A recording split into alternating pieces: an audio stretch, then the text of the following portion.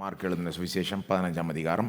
போன தடவை நாம் வாசித்த பகுதி 15லிருந்து 32 வாசித்து எப்படி இயேசு அவமானப்படுத்தப்பட்டார், சிலுவையில் அவர் மரிக்கும்போது எப்படி அவர் அவமானப்பட்டார், எந்த அளவுக்கு அவமானப்பட்டார் என்பதை போன தடவை விவரமாய் பார்த்தோம். இது வரைக்கும் நீங்கள் அவ்வளோ விவரமாக பார்த்துருக்கீங்களான்னு தெரியல எனக்கு. சில நேரம் கிறிஸ்தவர்களாகிய நாமளே சிலுவைக்கு முக்கியத்துவம் கொடுப்போம், ஆனால் ரொம்ப அதுக்குள்ளே போய்க்க மாட்டோம். ஏன்னா அதை ரொம்ப எடுத்து உத்து பார்த்தாலே நமக்கே ஒரு கஷ்டமாயிடுது. அது அவர் பட்ட பாடு, அந்த வேதனையுடைய அந்த ஒரு உச்சகட்டம், அந்த அவமானம் ரொம்ப ஓவராக இருக்குது. ஆனால் பைபிள் என்ன போதிக்குது? அது அவசியம் என்று போதிக்குது. உலகம் அதை பார்த்து ஒருவேளை இப்படி சொல்லலாம், ஐயோ அது நடந்திருக்கவே கூடாதுங்க, இயேசு அப்படிலாம் அவமானப்பட்டிருக்கவே கூடாதுங்க, அது ஒரு ரொம்ப பெரிய ட்ராஜடி, அப்படி நடந்திருக்கவே கூடாதுன்னு உலகம் அப்படி சொல்லலாம். ஆனால் பைபிள் அப்படி போதிப்பது இல்லை. பைபிள் எப்படி, இயேசுவை எப்படி போதிக்கிறாரு? இது அவசியம். எல்லாம் சொல்லுங்கள், அவசியம். முக்கியமான வார்த்தை. ஏன்னா சிலுவைக்கு போகிறதுக்கு முன்பாக இயேசுவே தன்னுடைய சொந்த பாடுகளை பற்றி எப்படி சொல்லுகிறார்? ஐ மஸ்ட் சஃபர், நான் பாடுபடுவது அவசியம். ஏன் அவசியம்? அப்போ தான் நாம் நல்லா இருக்க முடியும். அவர் நம்முடைய பாவத்தை சுமந்தால் தான் நாம் நீதிமான்கள் ஆக முடியும். அவர் நம்முடைய அவமானத்தை சுமந்தாதான் நாம் அவருடைய மகிமையில் பங்கேற்க முடியும். அவர் ஏன் அந்த அளவுக்கு பாடுபட்டார் என்பதை போன தடவை நம்ம சொன்னோம். ஏன் அந்த அளவுக்கு சிலுவையில், உதாரணத்துக்கு நம்ம போன தடவை செய்தியை கேட்டிருப்பீங்கன்னு நான் நம்புகிறேன். போன வாரம் ஒருவேளை அப்படி கேட்கலன்னா பல காரியங்களை பார்த்தோம். எப்படி அவமானப்பட்டார். உதாரணத்துக்கு கல்வாரி சிலுவையில் அவர் நிர்வாணமாய் தொங்குகிறார், நிர்வாணமாய் அறையப்பட்டார். அதற்கு சில ஆதாரங்கள்லாம் கூட நான் போன தடவை சொன்னேன். ஏன் அந்த அளவுக்கு அவமானப்பட்டார்? ஆண்டவராக இயேசு தேவகுமாரன் இவர் ஏன் அந்த அளவுக்கு அவமானப்பட்டார்னா, நாம் அவருடைய மகிமையில் பங்கேற்க வேண்டும். நாம் அவருடைய மகிமையில் பங்கேற்க வேண்டும். அதற்கு இது அவசியம். நாம் அவருடைய மகிமையில் பங்கேற்கணும்னா இந்த அளவுக்கு அவர் அவமானப்படலைன்னா முடியவே முடியாது. ஆகவே இன்றைக்கு அதை அப்படியே கொஞ்சம் ஃபாலோ அப் பண்ண விரும்புகிறேன். இன்றைக்கு இந்த பகுதியை அதனுடைய டீட்டெயில்ஸை பார்க்க போகிறதில்ல, ஏன்னா அதை போன தடவை பார்த்துட்டோம். இன்றைக்கு இதனுடைய பேக்ரவுண்ட் அல்லது பேக் ஸ்டோரி அல்லது இதனுடைய முழு கதையை எடுத்து சொல்ல விரும்புகிறேன். அதாவது சிலுவை மிகப்பெரிய கதையில் ஒரு பங்கு தான். நான் கதைன்னு சொல்கிறதுனால இது நிஜம் இல்லைன்னு நினச்சிக்காதீங்க. தமிழில் அந்த ஒரு பிரச்சனை இருக்குது. கதைன்னு சொன்னாலே இது நிஜமாக நடக்கலை போல இருக்கு. அப்படி இல்லை. கதைனா ஸ்டோரிங்க. ஸ்டோரினா அது ட்ரூவாக இருக்கலாம் அல்லது ஃபால்ஸாக இருக்கலாம். உண்மையான கதையாக இருக்கலாம், உண்மை சம்பவமாக இருக்கலாம், அல்லது சும்மா ஏதோ ஒன்று யாரோ கற்பனை செஞ்சதாகவும் இருக்கலாம். இப்போ சிலுவையெல்லாம் உண்மையிலே சரித்திரபூர்வமாக நடந்த காரியங்கள். பைபிள் மட்டும் இல்லை, பைபிளுக்கு வெளியே கூட இது உண்மையிலே சரித்திரபூர்வமாக நடந்தது என்பதற்கு பல ஆதாரங்கள் உண்டு. இயேசுன்னு ஒருத்தர் இல்லவே இல்லை, சிலுவையில் அறையப்படவே இல்லைன்னு யாராவது சொன்னாங்கன்னா அது ரொம்ப பெரிய முட்டாள்தனம். இடியட் ஆஃப் ஹிஸ்ட்ரி தான் அப்படி சொல்லுவாங்க. சரித்திர முட்டாள் மட்டும்தான், உண்மை சரித்திரமே தெரியாத ஒரு முட்டாள் தான் அப்படின்லாம் சொல்ல முடியும். அதெல்லாம் எந்த ரெஸ்பெக்டபிள் ஸ்காலரும் அப்படி சொல்லவே மாட்டாங்க. அப்போ இதெல்லாம் சரித்திரபூர்வமாக நடந்தது. அப்போது இதனால் கவனிங்க, பைபிளுக்குள்ளே பல கதைகள் இருக்குது. ஆனால் பைபிளே ஒரு ஒரு ஒரு சிங்கிள் செய்தியை நமக்கு சொல்லுது. அதை எப்படி சொல்லலாம்? பைபிளுக்குள்ளே ஒரு பெரிய கதை இருக்குதுன்னு சொல்லலாம். இவ்வளோ பெரிய பைபிளாக இருந்தாலும் இதுக்குள்ளே பல கதைகள் சம்பவங்கள் இருந்தாலும் இது முழுசுமாக ஒட்டுமொத்தமாக எடுத்துக்கிட்டிங்கன்னா இது நமக்கு ஒரே செய்தியை கொடுக்குது, ஒரு கதையை சொல்லுதுன்னு சொல்லலாம். பாருங்கள், அந்த பெரிய கதையை நான் எடுத்து சொல்ல விரும்புகிறேன். அது அந்த ஒரு பெரிய கதை அல்லது அந்த முழு பைபிளுடைய ஒட்டுமொத்த முழு செய்தியின் பேக்ரவுண்டில் தான் சிலுவையை இன்னும் நீங்கள் நல்லா புரிஞ்சுக்க முடியும். அதாவது இயேசு ஏன் இந்த அளவுக்கு பாடுபட்டார் என்பதை நீங்கள் புரிஞ்சுக்கணுன்னா, பாராட்டணுன்னா, ஏன் இயேசு இந்த அளவுக்கு பாடுபட்டார்? நாம் அவருடைய மகிமையில் பங்கேற்கணும். ஆனால் நாம் அவருடைய மகிமையில் பங்கேற்பது கடவுளுக்கு எவ்வளோ முக்கியம் என்பதை நீங்கள் புரிஞ்சுக்கணுன்னா, அதை நீங்கள் பாராட்டணுன்னா, வெறும் சிலுவையை பார்த்தா பத்தாது. ஃபஸ்ட்லேருந்து தொடங்கி பைபிளினுடைய ஒட்டுமொத்த இந்த செய்தி அல்லது கதையை கவனிக்க வேண்டும். இந்த இவ்வளோ பெரிய பைபிள் ஒரு சிங்கிள் மெசேஜ், செய்தியை ஒரு கதையின் வடிவத்தில் சொல்லுதுன்னு சொல்லலாம்.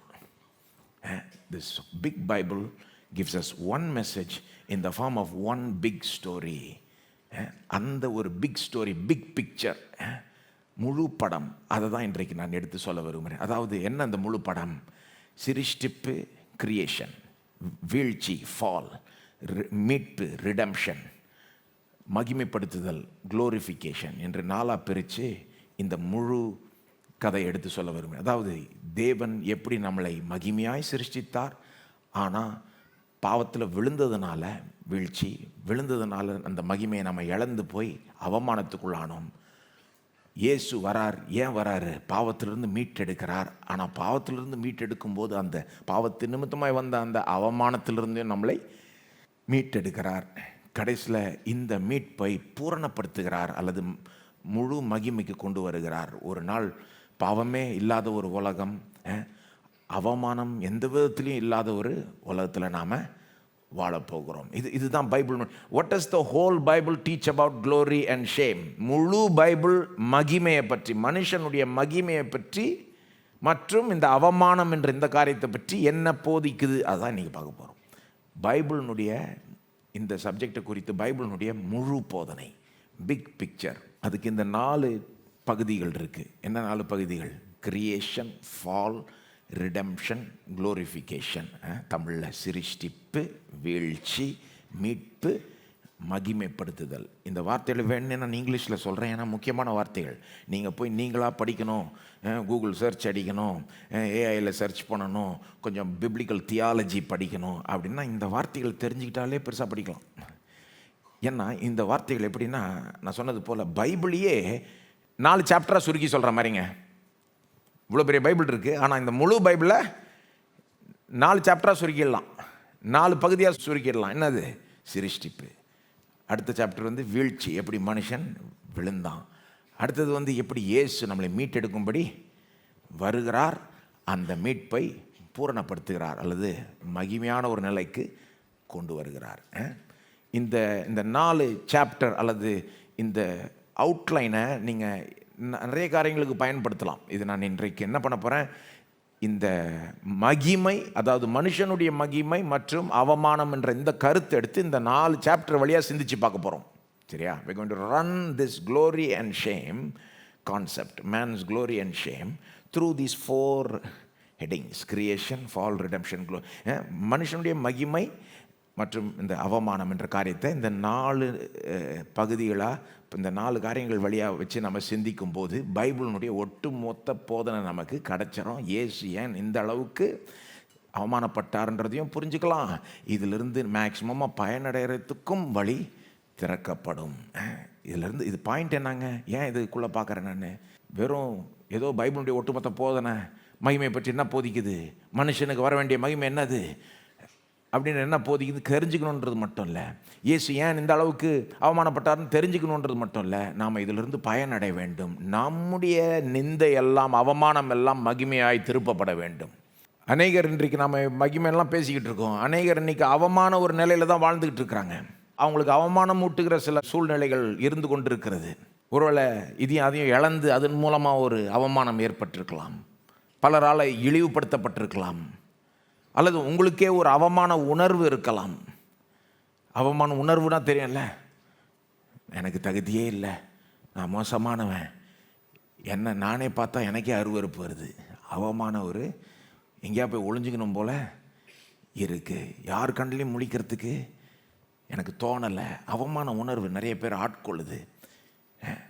இப்படிப்பட்ட ஆட்களுக்கு இந்த போதனை ரொம்ப பிரயோஜனமாக இருக்கும்னு நான் நினைக்கிறேன். ஏன்னா நீங்கள் இதை இன்றைக்கு கேட்குறப்போ நீங்கள் ஒரு காரியத்தை புரிஞ்சுப்பீங்க. என்னது? நீங்கள் மகிமையாக ஒரு கனத்தோடு வாழ்கிறது கடவுளுக்கு எவ்வளோ முக்கியம் என்பதை புரிஞ்சுப்பீங்க. நீங்கள் தலை நிமிர்ந்து வாழ்கிறது கடவுளுக்கு ரொம்ப முக்கியம்.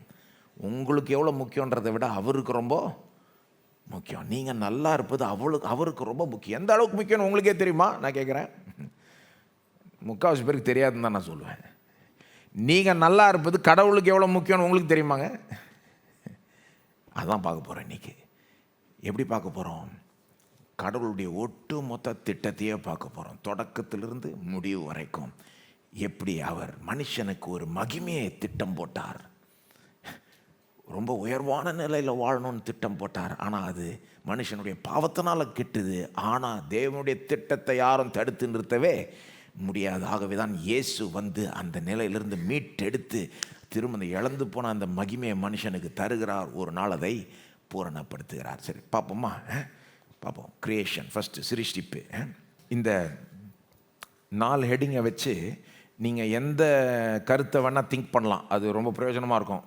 ஆனால் இன்றைக்கி வந்து நம்ம மனுஷனுடைய மகிமை மற்றும் அவமானம் என்ற இந்த கருத்தை வச்சு திங்க் பண்ணுறோம். ஆனால் நீங்கள் வேறு எந்த கருத்தை வேணால் திங்க் பண்ண. உதாரணத்துக்கு வியாதி சுகம் என்ற கருத்து இந்த 4 ஹெட்டிங் வழியாக ரன் பண்ணி பாருங்கள். பைபிளோட ஒட்டுமொத்த போதனை தப்புன்னு புரிஞ்சிடும்.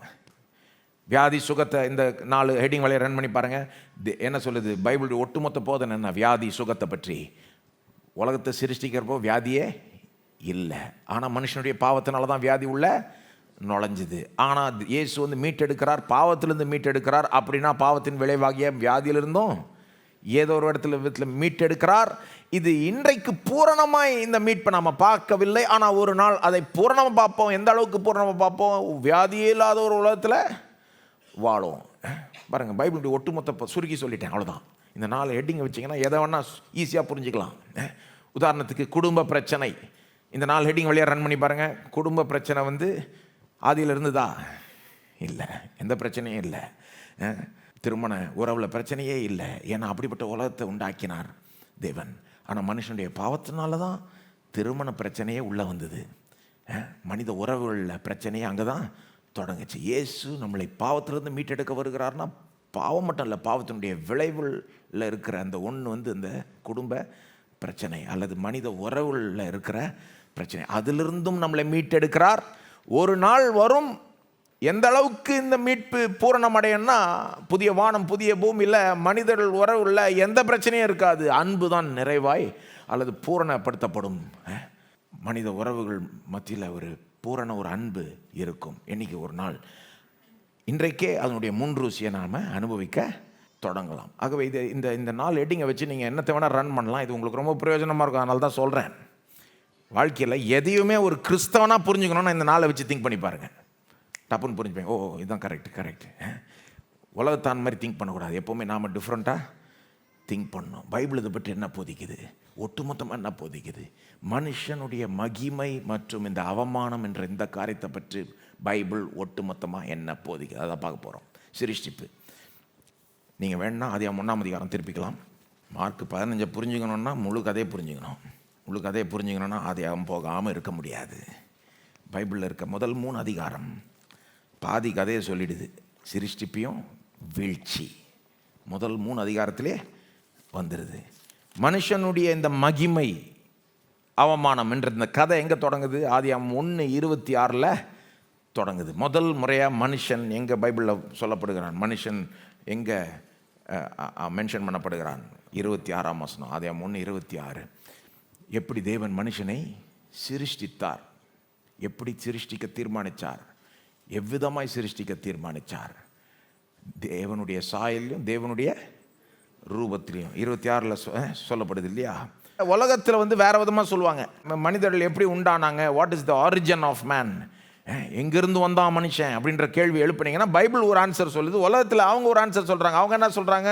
ஃபஸ்ட்டு எப்படி இந்த பூமியில் லைஃப் தொடங்குச்சுன்னா ஒரு சிங்கிள் செல் ஆர்கனிசம் இருந்தது, அப்புறம் அது வந்து அப்படியே மல்டி செல் ஆர்கனிசம் ஆச்சு, அப்புறம் மேக்ரோ எவல்யூஷன்னால் அப்படியே வந்து ஒரு குரங்கு அளவுக்கு இவால்வ் ஆனோம், அதுக்கப்புறம் குரங்குலேருந்து ஒரு சின்ன ஒரு ஸ்டெப்பு வந்து மனுஷன். அப்போ உலகத்தை பொறுத்த வரைக்கும் மனுஷனுடைய மகிமை என்னது? ஒரு குரங்குக்கு சமம். ஆமாம், அதை நம்பினீங்கன்னா அதுதான் வருது. மனுஷனுடைய மகிமை என்னது? ஒரு குரங்குக்கு சமம். ஆனால் தான் அவங்களே சொல்லுவாங்க man is a higher animal அப்படின்வாங்க. வேணுன்னா குரங்கை விட கொஞ்சம் அதிக மகிமை எடுத்துக்கோங்க, அவ்வளோதான். மிஞ்சி போனால் அவ்வளோதான் கிடைக்கும். உலகத்தின் வழியில் சிந்திச்சு பார்த்தீங்கன்னா அவங்க சொல்லுகிற அந்த கதையை நம்பினீங்கன்னா இதுதான் கிடைக்கும். மனுஷனுக்கு என்னங்க கனம் மகிமை, குரங்குக்கு என்ன கனம் மகிமையோ அது மனுஷனுக்கு. இன்னும் வேணால் கொஞ்சம் சேர்த்துக்கோங்க, அவ்வளோதான். ஆனால் பைபிளுக்கு வாங்க.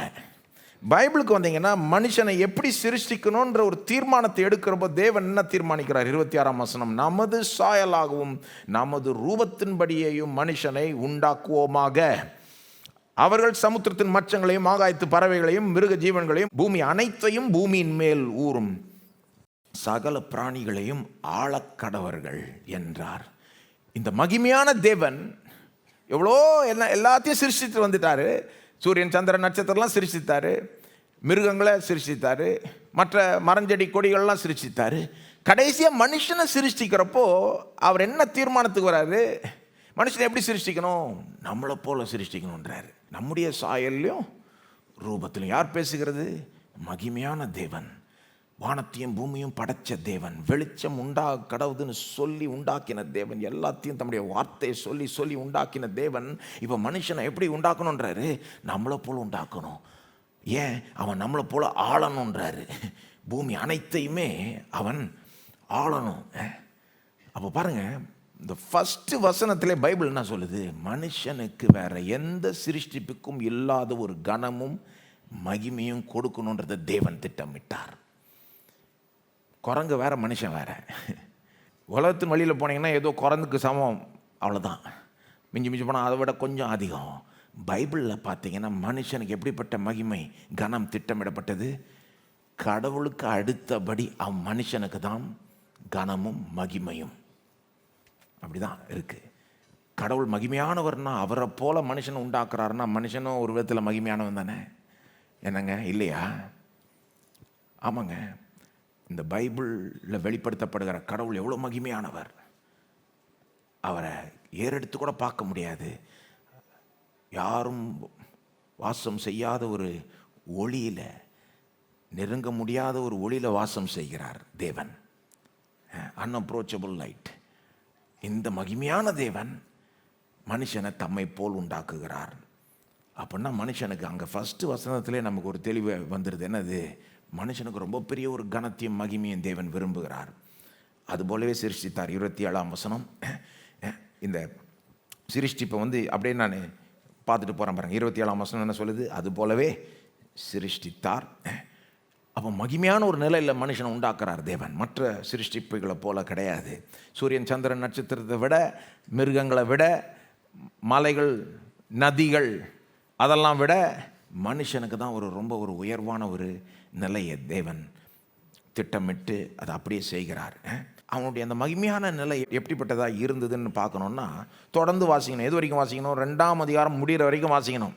மனுஷனுடைய அந்த ஃபஸ்ட்டு மகிமையான நிலை எப்படி இருந்தது? இன்றைக்கி இருந்த மாதிரி இல்லைங்க, வேறு விதமாக இருந்ததுங்க. எப்படி இருந்ததுன்னா தொடர்ந்து வாசிக்கணும் பாருங்க. 28 என்ன சொல்லுது? மனிதர்களை தேவன் ஆசீர்வதித்தார்ல, சொல்லுங்கள் ஆசீர்வதித்தார். அப்போ அவனுடைய மகிமையான இந்த நிலையில் ஆசீர்வாதமும் உண்டு. எப்படிப்பட்ட ஆசீர்வாதம்? பலுகி பெருகி பூமியை நிரப்பி கீழ்ப்படுத்தி ஆண்டுகள். அப்போ பழுகக்கூடிய ஒரு ஆற்றல், பெருகக்கூடிய ஆற்றல், நிரப்பக்கூடிய ஆற்றல் மற்றும் ஆளக்கூடிய ஒரு ஆற்றல், அதிகாரம். கடவுள் ராஜாவா உலகத்தையே ஆளுகிறார். இப்போ அவரை போல ஒரு குட்டி கடவுளை போல அல்லது ஒரு அடுத்தபடியாக இவனை உண்டாக்குறாரு. இதுதான் மனிதன். அவனும் ஆளணுன்றாரு, கீழ்ப்படுத்தி ஆளணுன்றாரு. அப்போது இதெல்லாம் அவனுடைய மகிமையான நிலையில் இன்க்ளூட் ஆகிடுது பாருங்கள். வேற என்ன இன்க்ளூட் ஆகுது? அப்படியே வாசிச்சுட்டே போனீங்கன்னா 29 அதுலேருந்து 30 சொல்கிறாரு, உனக்கு எல்லாத்தையும் கொடுத்துட்டேன், இந்த பூமியே கொடுத்துட்டேன்ற மாதிரி சொல்கிறாரு மனுஷன்ட்ட. அப்புறம் 2ஆம் அதிகாரத்துக்குள்ளே போனீங்கன்னா இந்த மனுஷனுக்கு எப்படிப்பட்ட ஒரு வீடை கொடுக்குறார், எப்படிப்பட்ட ஒரு காம்பவுண்டை கொடுக்குறார், எப்படிப்பட்ட அட்ரஸை கொடுக்குறான்றதை பார்க்கலாம். இன்றைக்கி பணக்காரங்களுடைய வீடுகள் உலகமே பார்த்து அப்படியே ஆச்சரியப்படும் இல்லையா? இதுதாங்க ரொம்ப பணக்கார வீடு, இதாங்க பெரிய அரண்மனை. இதெல்லாம் நத்திங். ஆதாமுடைய வீடு எப்படி இருந்தது தெரியுமா உங்களுக்கு? ஆதாமுடைய அட்ரஸ் ஏதேன் தோட்டம். ஏதேன் தோட்டம்னுடைய அர்த்தம் தெரியுமா உங்களுக்கு? இன்பங்களின் தோட்டம், லக்ஸுரியின் தோட்டம். The garden of luxuries are the garden of delights. இன்பம் நிறைந்த தோட்டம். அந்த தோட்டத்தில் எவ்வளோ இன்பங்களை வச்சுட்டார் தேவன். என்ன மாதிரி இன்பங்கள்? உதாரணத்துக்கு 9ஆம் வசனம் சொல்லுது, தேவனாகிய கர்த்தர் பார்வைக்கு அழகும் புசிப்புக்கு நலவுமான சகலவித விருட்சங்கள் அங்கே வச்சார். பார்வைக்கு அழகும் புசிப்புக்கு நலமுமான, எல்லாம் சொல்லுங்க, பார்வைக்கு அழகும் புசிப்புக்கு நலமும். எப்படி எப்படி சிந்திக்கிறார் பாருங்க தேவன். எப்படிப்பட்ட ஒரு மனுஷன், ஆதி மனுஷனுக்கு எப்படிப்பட்ட ஒரு மகிமையான நிலை இருந்ததுன்னா, அவனுடைய வீடு, அவனுடைய தோட்டத்தில் எப்படிப்பட்ட மரங்கள் செடிகள்லாம் இருந்ததுன்னா, வெறும் புசிக்கிறதுக்கு நலமான காரியங்கள் மட்டும் இல்லை, புசிக்கிறது நல்லது, டேஸ்ட்டு நல்லா இருக்குது மற்றும் உடலுக்கே நல்லது. ஆனால் பார்வைக்கும் அழகு. சில நேரம் மனிதர்கள் குறிப்பாக கிறிஸ்தவங்க வந்து இந்த பார்வைக்கு அழகெல்லாம் வேண்டான்டுவாங்க. முதல்ல பயன்பாடை மட்டும் பாருன்னுவாங்க, யூட்டிலிட்டி வேல்யூ மட்டும் பாருன்னுவாங்க. என்ன தேவையோ அதை மட்டும் வாங்கிக்கோ, only spend for utility value சொல்லுவாங்க ஆங்கிலத்திலலாம். யூட்டிலிட்டி அதாவது என்ன யூஸோ என்ன தேவையோ அது மட்டும் வச்சுக்கிட்டு அதுக்கு தாண்டி போகக்கூடாது. பார்க்குறதுக்கு அழகெல்லாம் வச்சு அது ரொம்ப விலை உயர்ந்ததாகிடும். யூஸ், ப்ராக்டிக்கல் யூஸ் இருக்கணும், அவ்வளோதான். உதாரணத்துக்கு ஸ்பீக்கர் இருந்ததுன்னா கேட்டால் போதும், அது நான் நல்லா கேட்கணும்னு தேவையில்லையே. இப்போ இந்த மாதிரி ஒரு புல்பிட் இருக்குன்னா இது வந்து ஏதோ சும்மா இங்கே ஒரு சாதாரண ஒரு டேபிள் இருந்தால் போதும், நல்லா இதுக்கு இருக்கணும் தேவையில்லையே. சும்மா என்னத்தையும் பைபிளை வைக்கிறதுக்கு என்ன ஒன்று இருக்கணும், அவ்வளோதான், முடிஞ்சது இல்லையா? ஒரு சட்ட துணி மாட்டினோன்னா சும்மா என்னத்தையோ மாட்டினா போதும், நிர்வாணத்தை மூடினா போதும், நல்லா இருக்கணும்னு அவசியம். இப்படி யார் சிந்திப்பா? கிறிஸ்தவர்கள் தான் அதிகமாக சிந்திப்பாங்க. அதுவும் சர்ச்சுன்னு வர்றப்போ ரொம்பவே சிந்திப்பாங்க. சர்ச்சில் வந்து வெறும் அவசியமானது மட்டும் வச்சுக்கணும், அதுக்கு மிஞ்சிலாம் போகக்கூடாது. அப்படி தான் சொல்கிறாங்க. எங்கள் அப்பா சொல்லிட்டு இருந்தாங்க பாருங்கள், எப்படி அவங்க ஊழியத்தின் தொடக்க நாட்களில் இங்கே பிரசங்கம் பண்ணுறப்போ இந்த இடம் வித்தியாசமாக இருந்தது, ஓப்பனாக இருந்தது, எக்கோ அடிக்கும், நல்ல அக்கூஸ்டிக்ஸ்லாம் இருக்காது. அவங்க பாடுறப்போ அந்த ஹார்ன் ஸ்பீக்கர் இருந்தது. ஃபஸ்ட்டு அவங்க ஊழியத்தின் தொடக்கத்தில் சொல்கிறேன், ஹார்ன் ஸ்பீக்கரில் அவங்க பாடுறப்போ அவங்க அப்பா சொல்கிறாங்க, அவங்க வாய்ஸ் எப்படி கேட்குமா, அதில் ஒரு காக்கா கத்துற மாதிரி கேட்குமா. அப்போது எங்கள் அப்பா வாய்ஸ் உங்களுக்கு தெரியும்னா, அவங்க வாய்ஸை காக்கா கத்துற மாதிரி அந்த ஸ்பீக்கர் எடுத்து காமிக்குதுன்னா அந்த ஸ்பீக்கர் எவ்வளோ மோசமாக இருந்திருக்கும், படு மோசமாக இருந்திருக்கும். அதை மாற்றணுன்னு அவங்க முயற்சி எடுத்து கொஞ்சம் காசு பணம் சேர்த்து வச்சு ஒரு விலையுறந்த ஸ்பீக்கரை வாங்குறப்போ, அந்த டைமில் இந்த நாட்டில் யாருமே சபையில் அப்படிப்பட்ட ஸ்பீக்கர்லாம் யாரும் போட மாட்டாங்க. இவங்க போட்டப்போ சில பேர் அவங்கள வந்து முட்டாளுன்ட்டாங்களாம். இவ்வளோ காசை வந்து ஒரு ஸ்பீக்கருக்கு யாராவது செலவழிப்பாங்களா, இதை வச்சு என்னென்னமோ செஞ்சுருக்கலாமே அப்படின்னு சிலர் அவங்கள வந்து இழிவுபடுத்தினாங்க. அவங்க என்ன சொன்னாங்களாம், நீங்கள் பேசுனது முன்னாலே கேட்டுச்சு எங்களுக்கு, அந்த ஹார்ன் ஸ்பீக்கர்லேயே கேட்டுச்சு. கேட்கணும் அவ்வளோதானே, பாடுறது கேட்கணும், பேசுகிறது கேட்கணும், அப்போ அது ஃபஸ்ட்டே கேட்டுச்சுல, இப்போ என்னத்துக்கு இது அப்படின்றாங்களாம். மனிதன் புத்தி பாருங்கள் எப்படி வேலை செய்யுது. கேட்டால் போதும், பேசிக்காக அதான் இருந்தால் போதும். கடவுள் எப்படி சொல்கிறாரு, மனுஷனுடைய மகிமையான நிலைக்கு வெறும் புசிப்புக்கு நலமாக இருந்தால் பத்தாது, பார்வைக்கும். சில சபைகளில் கடவுளையே சேர்ப்பாங்களான்னு தெரில. அவர் வந்து பாருங்கள், அவர் அந்த லெவலில் வாழ்கிறாரு. நீங்கள் பாருங்கள், கடவுளுடைய படைப்பை பாருங்கள், மனுஷன் கெடுக்காத இடம்லாம் போய் பாருங்கள்.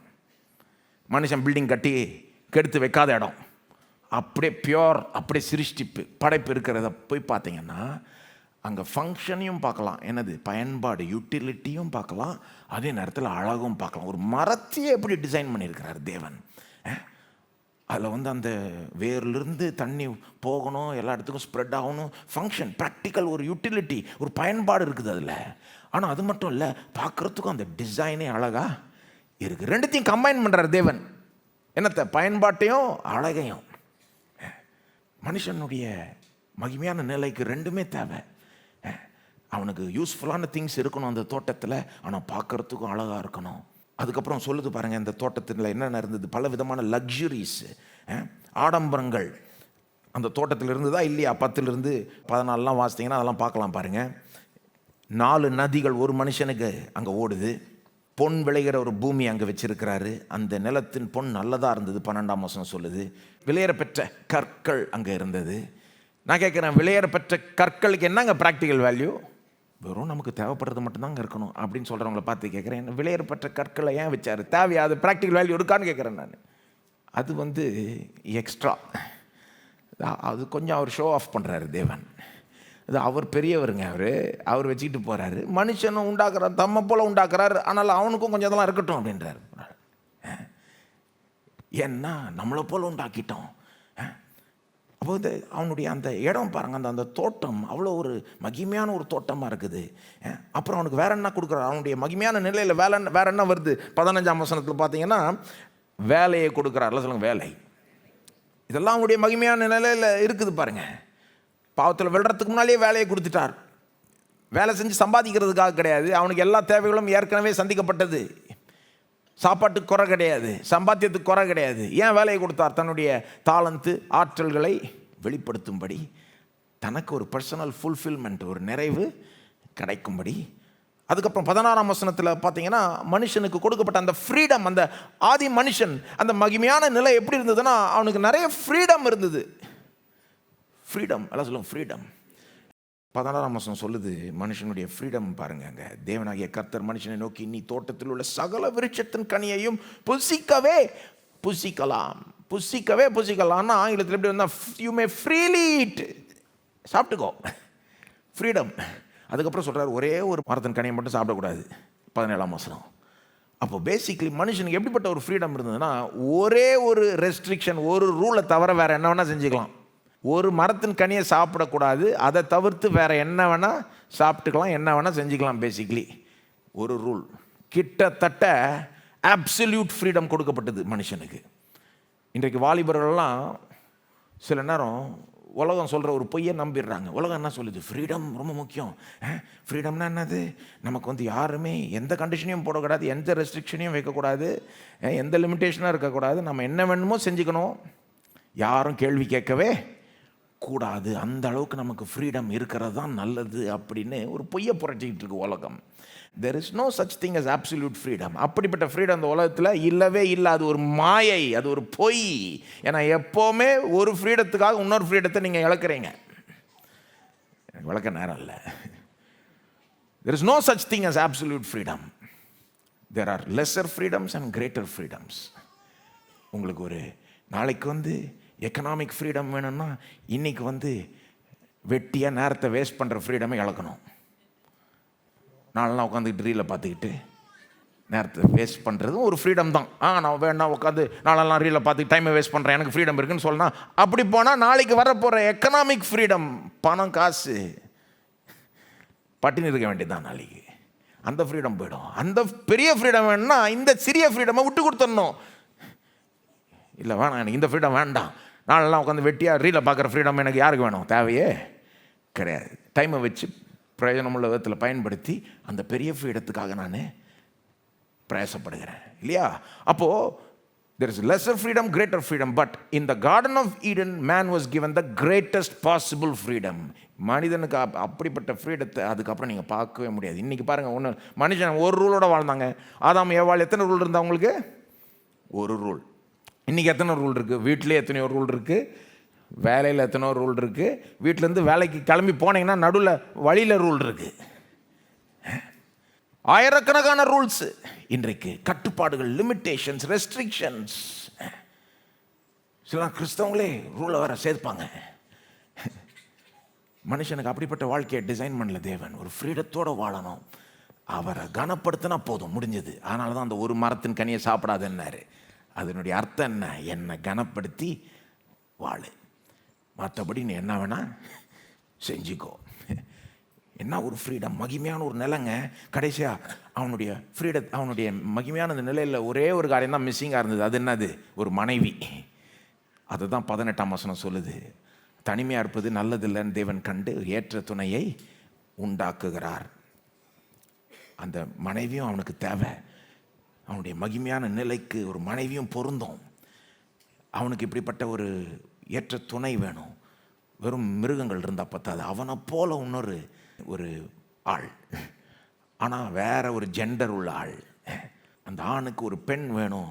அவங்களுக்கிடையே ஒரு உறவு அவங்களுக்கு இருக்கணும், ஒரு திருமண உறவு இருக்கணுன்றதை தேவன் திட்டமிட்டு அந்த மனைவியை உண்டாக்கி தருகிறார். மனுஷன் அந்த மனைவியை ஏற்றுக்கொள்கிறான். மனுஷனுடைய அந்த மகிமையான நிலை 25ஆம் வசனத்தில் முடிவுக்கு வருது. 3ஆம் அதிகாரத்திலிருந்து எல்லாம் திரும்புது, மாறுது. 25ஆம் வசனம் தான் மனுஷனுடைய மகிமையான நிலையை பற்றி கடைசியாய் நமக்கு சொல்லப்படுகிற ஒரு விஷயம். என்னது? 25ஆம் வசனம் பாருங்கள், முக்கியமான வசனம். ஆதாமும் அவன் மனைவியும் ஆகிய இருவரும் நிர்வாணிகளாக இருந்தும் வெட்கப்படாதிருந்தார்கள். கடைசியாக மனுஷனை பற்றி என்ன சொல்லுது? ஆதாமும் அவன் மனைவியும் ஆகிய இருவரும் நிர்வாணிகளாக இருந்தும் வெட்கப்படாதிருந்தார்கள். ரொம்ப இன்ட்ரெஸ்டிங்கான வசனம் இது. ஏன்னா இதுக்கப்புறம் பைபிளில் எங்கெங்கே நிர்வாணம் வருதுன்னு பார்த்தீங்கன்னா 99% அது எதோட சம்மந்தப்படுத்தப்பட்டிருக்குன்னா வெட்கத்தோட, அவமானத்தோட சம்மந்தப்படுத்தப்பட்டிருக்கு. பைபிளில் பொதுவாக நிர்வாணம் அவமானத்துக்கு ஒரு அடையாளம். ஒருத்தருக்கு சாபம் வருது, நியாய தீர்ப்பு வருதுன்னா ஒரு அவமான நிலை உண்டாகுதுன்னா அது வந்து நிர்வாணமாய் அடையாளப்படுத்தி சொல்லப்படும் பைபிளில் சில நேரம் இதுக்கப்புறம். ஆனால் இந்த ஒரு வசனம் மட்டும் விதி விலக்கு. ஏன்னா இந்த வசனம் என்ன சொல்லுது? பொதுவாக நிர்வாணம்னு பார்த்தாலே அவமானம்னு வந்துடும். ஆனால் இந்த வசனம் என்ன சொல்லுது? அவங்க நிர்வாணிகளாக இருந்தும் வெட்கப்படாது இருந்தார்கள். நிர்வாணிகளாக இருந்தாங்க, ஆனால் அவங்களுக்கு எந்த ஒரு அவமான உணர்வும் இல்லையா. பொதுவாக மனுஷன் வந்து நிர்வாணமாக இருந்தால் உடனே அவனுக்கு ஒரு அவமான உணர்வு ஏற்படும். தன்னுடைய பாடியை மறைக்கணும், மூடணும். ஏன்னா பார்க்கக்கூடாத சில இடங்கள் இருக்குது சரீரத்தில், மற்றவங்க பார்த்துடக்கூடாதுன்ற உணர்வு இருக்கும் இல்லையா, கான்ஷியஸ் இருக்கும். ஆனால் ஆதாம் ஏவாளும் நிர்வாணிகளாக இருந்தாங்க, ஆனால் வெட்கப்படாது இருந்தாங்க. ஏன் அவங்களுக்கு அவமான உணர்வு வரல? ஏன்னா நான் நினைக்கிறேன் தேவனுடைய மகிமை அவங்கள மூடிக்கொண்டிருந்தது. அவங்க சட்ட துணி போடாமல் இருந்திருக்கலாம், ஆனால் தேவனுடைய மகிமையான நிலையில் படைச்சிட்டார். தம்முடைய சாயல் தம்முடைய ரூபத்தில் படைச்சிட்டாரு. அவங்க சட்ட துணி போடலை, ஏன்னா போட தேவையில்லை. ஏன்னா அவங்களுக்கு ஒரு மகிமைன்ற ஒரு கோட்டினால் முடிசூட்டப்பட்டார்கள் அவர்கள். அதனால் அவமானமே இல்லை, ஆனால் அது அவமான உணர்வும் இல்லை. They felt no shame because there was no shame. அவமானமே அங்கே இல்லாததுனால அவங்களுக்கு அவமான உணர்வே இல்லை. அவமானம் இல்லைன்றது மட்டும் இல்லை, மகிமை இருந்தது. So instead of feeling shame, they probably felt really good about themselves. அவமானத்தை உணர்றதை விட அவங்க என்னத்தை உணர்ந்திருப்பாங்க? ரொம்ப சந்தோஷமாக இருந்திருப்பாங்க தான் நான் நினைக்கிறேன். இன்றைக்கு வந்து மனுஷனுக்கு பாருங்கள், ஏகப்பட்ட மோசமான ஃபீலிங்ஸ் உண்டாயிடுச்சு. கெட்ட இமோஷன்ஸ், கவலை, பயம், அவமான உணர்வு, குற்ற உணர்வு, இதெல்லாம் டீல் பண்ணிகிட்டு இருக்க வேண்டியதாக இருக்குது. இதிலே பாதி நேரம் போயிடுது இல்லையா? ஆதி மனுஷனுக்கு எந்த ஒரு கெட்ட ஒரு உணர்ச்சியும் இல்லவே இல்லை. நெகட்டிவ் இமோஷன், எந்த ஒரு நெகட்டிவ் இமோஷனும் இல்லை. பயம் இல்லை, கவலை இல்லை, குற்ற உணர்வு இல்லை, அவமான உணர்வு இல்லை. என்ன இருந்தது?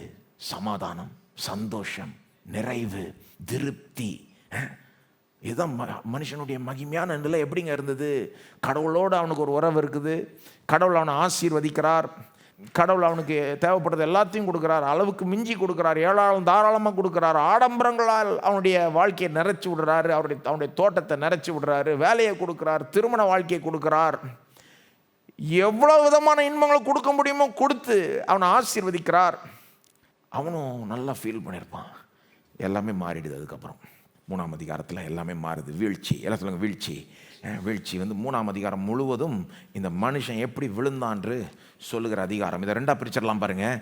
முதல் 6 வசனங்கள் வந்து எப்படி மனுஷன் பாவம் செஞ்சான். 3ஆம் அதிகாரத்தில் முதல் 6 வசனங்கள் மனுஷன் எப்படி பாவம் செஞ்சான். 7லிருந்து அதிகாரம் முடிகிற வரைக்கும் அந்த பாவத்தினுடைய விளைவுகள். அப்போது அதை 2ஆக பிரித்து அப்படியே சொல்லிட்டு போகிறேன். மனுஷன் எப்படி பாவம் செஞ்சான் உங்களுக்கே தெரியும். அந்த விளக்கப்பட்ட அந்த கனியை அவன் புசித்தான். இந்த ஒரு ரூலை மட்டும் ஃபாலோ பண்ணினார் தேவன். அதை அவன் முடியாதுன்ட்டான். என்னை கனப்படுத்தி வாழன்னாரு, முடியாதுன்ட்டான். சில பேர் அந்த ஆதாமுடைய பாவத்தை பார்க்குறப்போ அதனுடைய சீரியஸ்னஸை புரிஞ்சுக்கிறது இல்லை. அப்படி என்ன செஞ்சுட்டான்? ஒரு பழத்தை தான் எடுத்து சாப்பிட்டான். ஆனால் பாவத்தினுடைய சீரியஸ்னஸை புரிஞ்சுக்கணும். பாவம்னா என்னது? பல விதத்தில் பாவத்தை விளக்கலாம். இன்றைக்கி நான் இப்படி சொல்கிறேன். பாவம்னா தேவனை கனவீனப்படுத்துகிறது. பாவம் என்னது? தேவனை கனவீனப்படுத்துறது. ஆதாம் எப்படி கனவீனப்படுத்தினான்? கீழ்ப்படியாததன் மூலமாய் தேவனை கனவீனப்படுத்தினான். அந்த விளக்கப்பட்ட கனியை புசியாமல் இருக்கிற வரைக்கும் தேவனை கனப்படுத்தினான். தேவன் சொன்னதுனால அதை சாப்பிடல. ஆனால் என்னைக்கு இல்லை நான் சாப்பிட்டே ஆவேன், ஒரு ரூலை கூட ஃபாலோ பண்ண முடியாது. நீர் விளக்குற இந்த ஒரு கனியை கூட நான் விட முடியாது, நான் இதை சாப்பிட்டே அவன்ற ஒரு முடிவு எடுத்து அவன் சாப்பிட்றான்னு என்ன பண்ணுறான்? அவனுடைய கீழ்ப்படியாமையின் மூலமாய் தேவனையே கனவீனப்படுத்துகிறான். தேவனுக்கு செலுத்த வேண்டிய கனத்தையும் மகிமையும் செலுத்தாமல் போகிறான். இது ரொம்ப பெரிய ஒரு அஃபென்ஸுங்க. இது ரொம்ப பெரிய பாவங்க. இது ரொம்ப பெரிய ஒரு மோசம். இது அப்படி என்ன செஞ்சிட்டான்னு சொல்ல முடியாது. இது எப்படி இருக்குன்னா, தேவனுடைய முகத்தில் போய் துப்ப பார்க்குற மாதிரி இருக்குங்க. இது அவர் சொல்கிறாரு, இந்த ஒரு இதை மட்டும் நீ பண்ணாத, வேறு என்ன வேணால் பண்ணிக்கோ, இந்த ஒரு இதை மட்டும் பண்ணாத. ஏன் பண்ணாத? நான் சொன்னதுனால பண்ணாத. அவன் என்ன பண்ணியிருக்கணும்ப்பா, எவ்வளோ ஃப்ரீடம் கொடுத்துட்டாரு, என்ன வேறு என்ன வேணால் பண்ணிக்கோன்ட்டாரு, எவ்வளோ கொடுத்துட்டாரு, வாழ்க்கைக்கு தேவைப்படுற எல்லாத்தையும் கொடுத்துட்டாரு, வேறு என்ன தேவை நமக்கு அப்படின்னு நினச்சி அவரை தொடர்ந்து கனப்படுத்தியிருக்கணும். ஆனால் பிசாசு வந்து உள்ளே பூந்து சோதிக்கிறான். அவன் சொல்கிறான், இதில் தான் எல்லாமே இருக்குது, இந்த விளக்கப்பட்ட இந்த விஷயத்தில், இந்த கனியில் தான் எல்லாம், இதை நீ சாப்பிட்டுட்டா உன் கண்கள் திறக்கப்படும் சோதிச்சு கடைசியில் மனுஷன் அந்த கனி எடுத்து சாப்பிட்றப்போ கடவுளுடைய முகத்திலேயே துப்ப பார்க்குறான். It's an attempt to dishonour God. பாவம் வந்து கடவுளை கனவீனப்படுத்துறது தான் பாவம். கடவுளுடைய முகத்தில் போய் துப்ப பார்த்தா என்னங்க ஆகும்? ஸ்பிட்டு திரும்ப நம்ம மேலே தான் விழும். அதுதான் ஆகும்.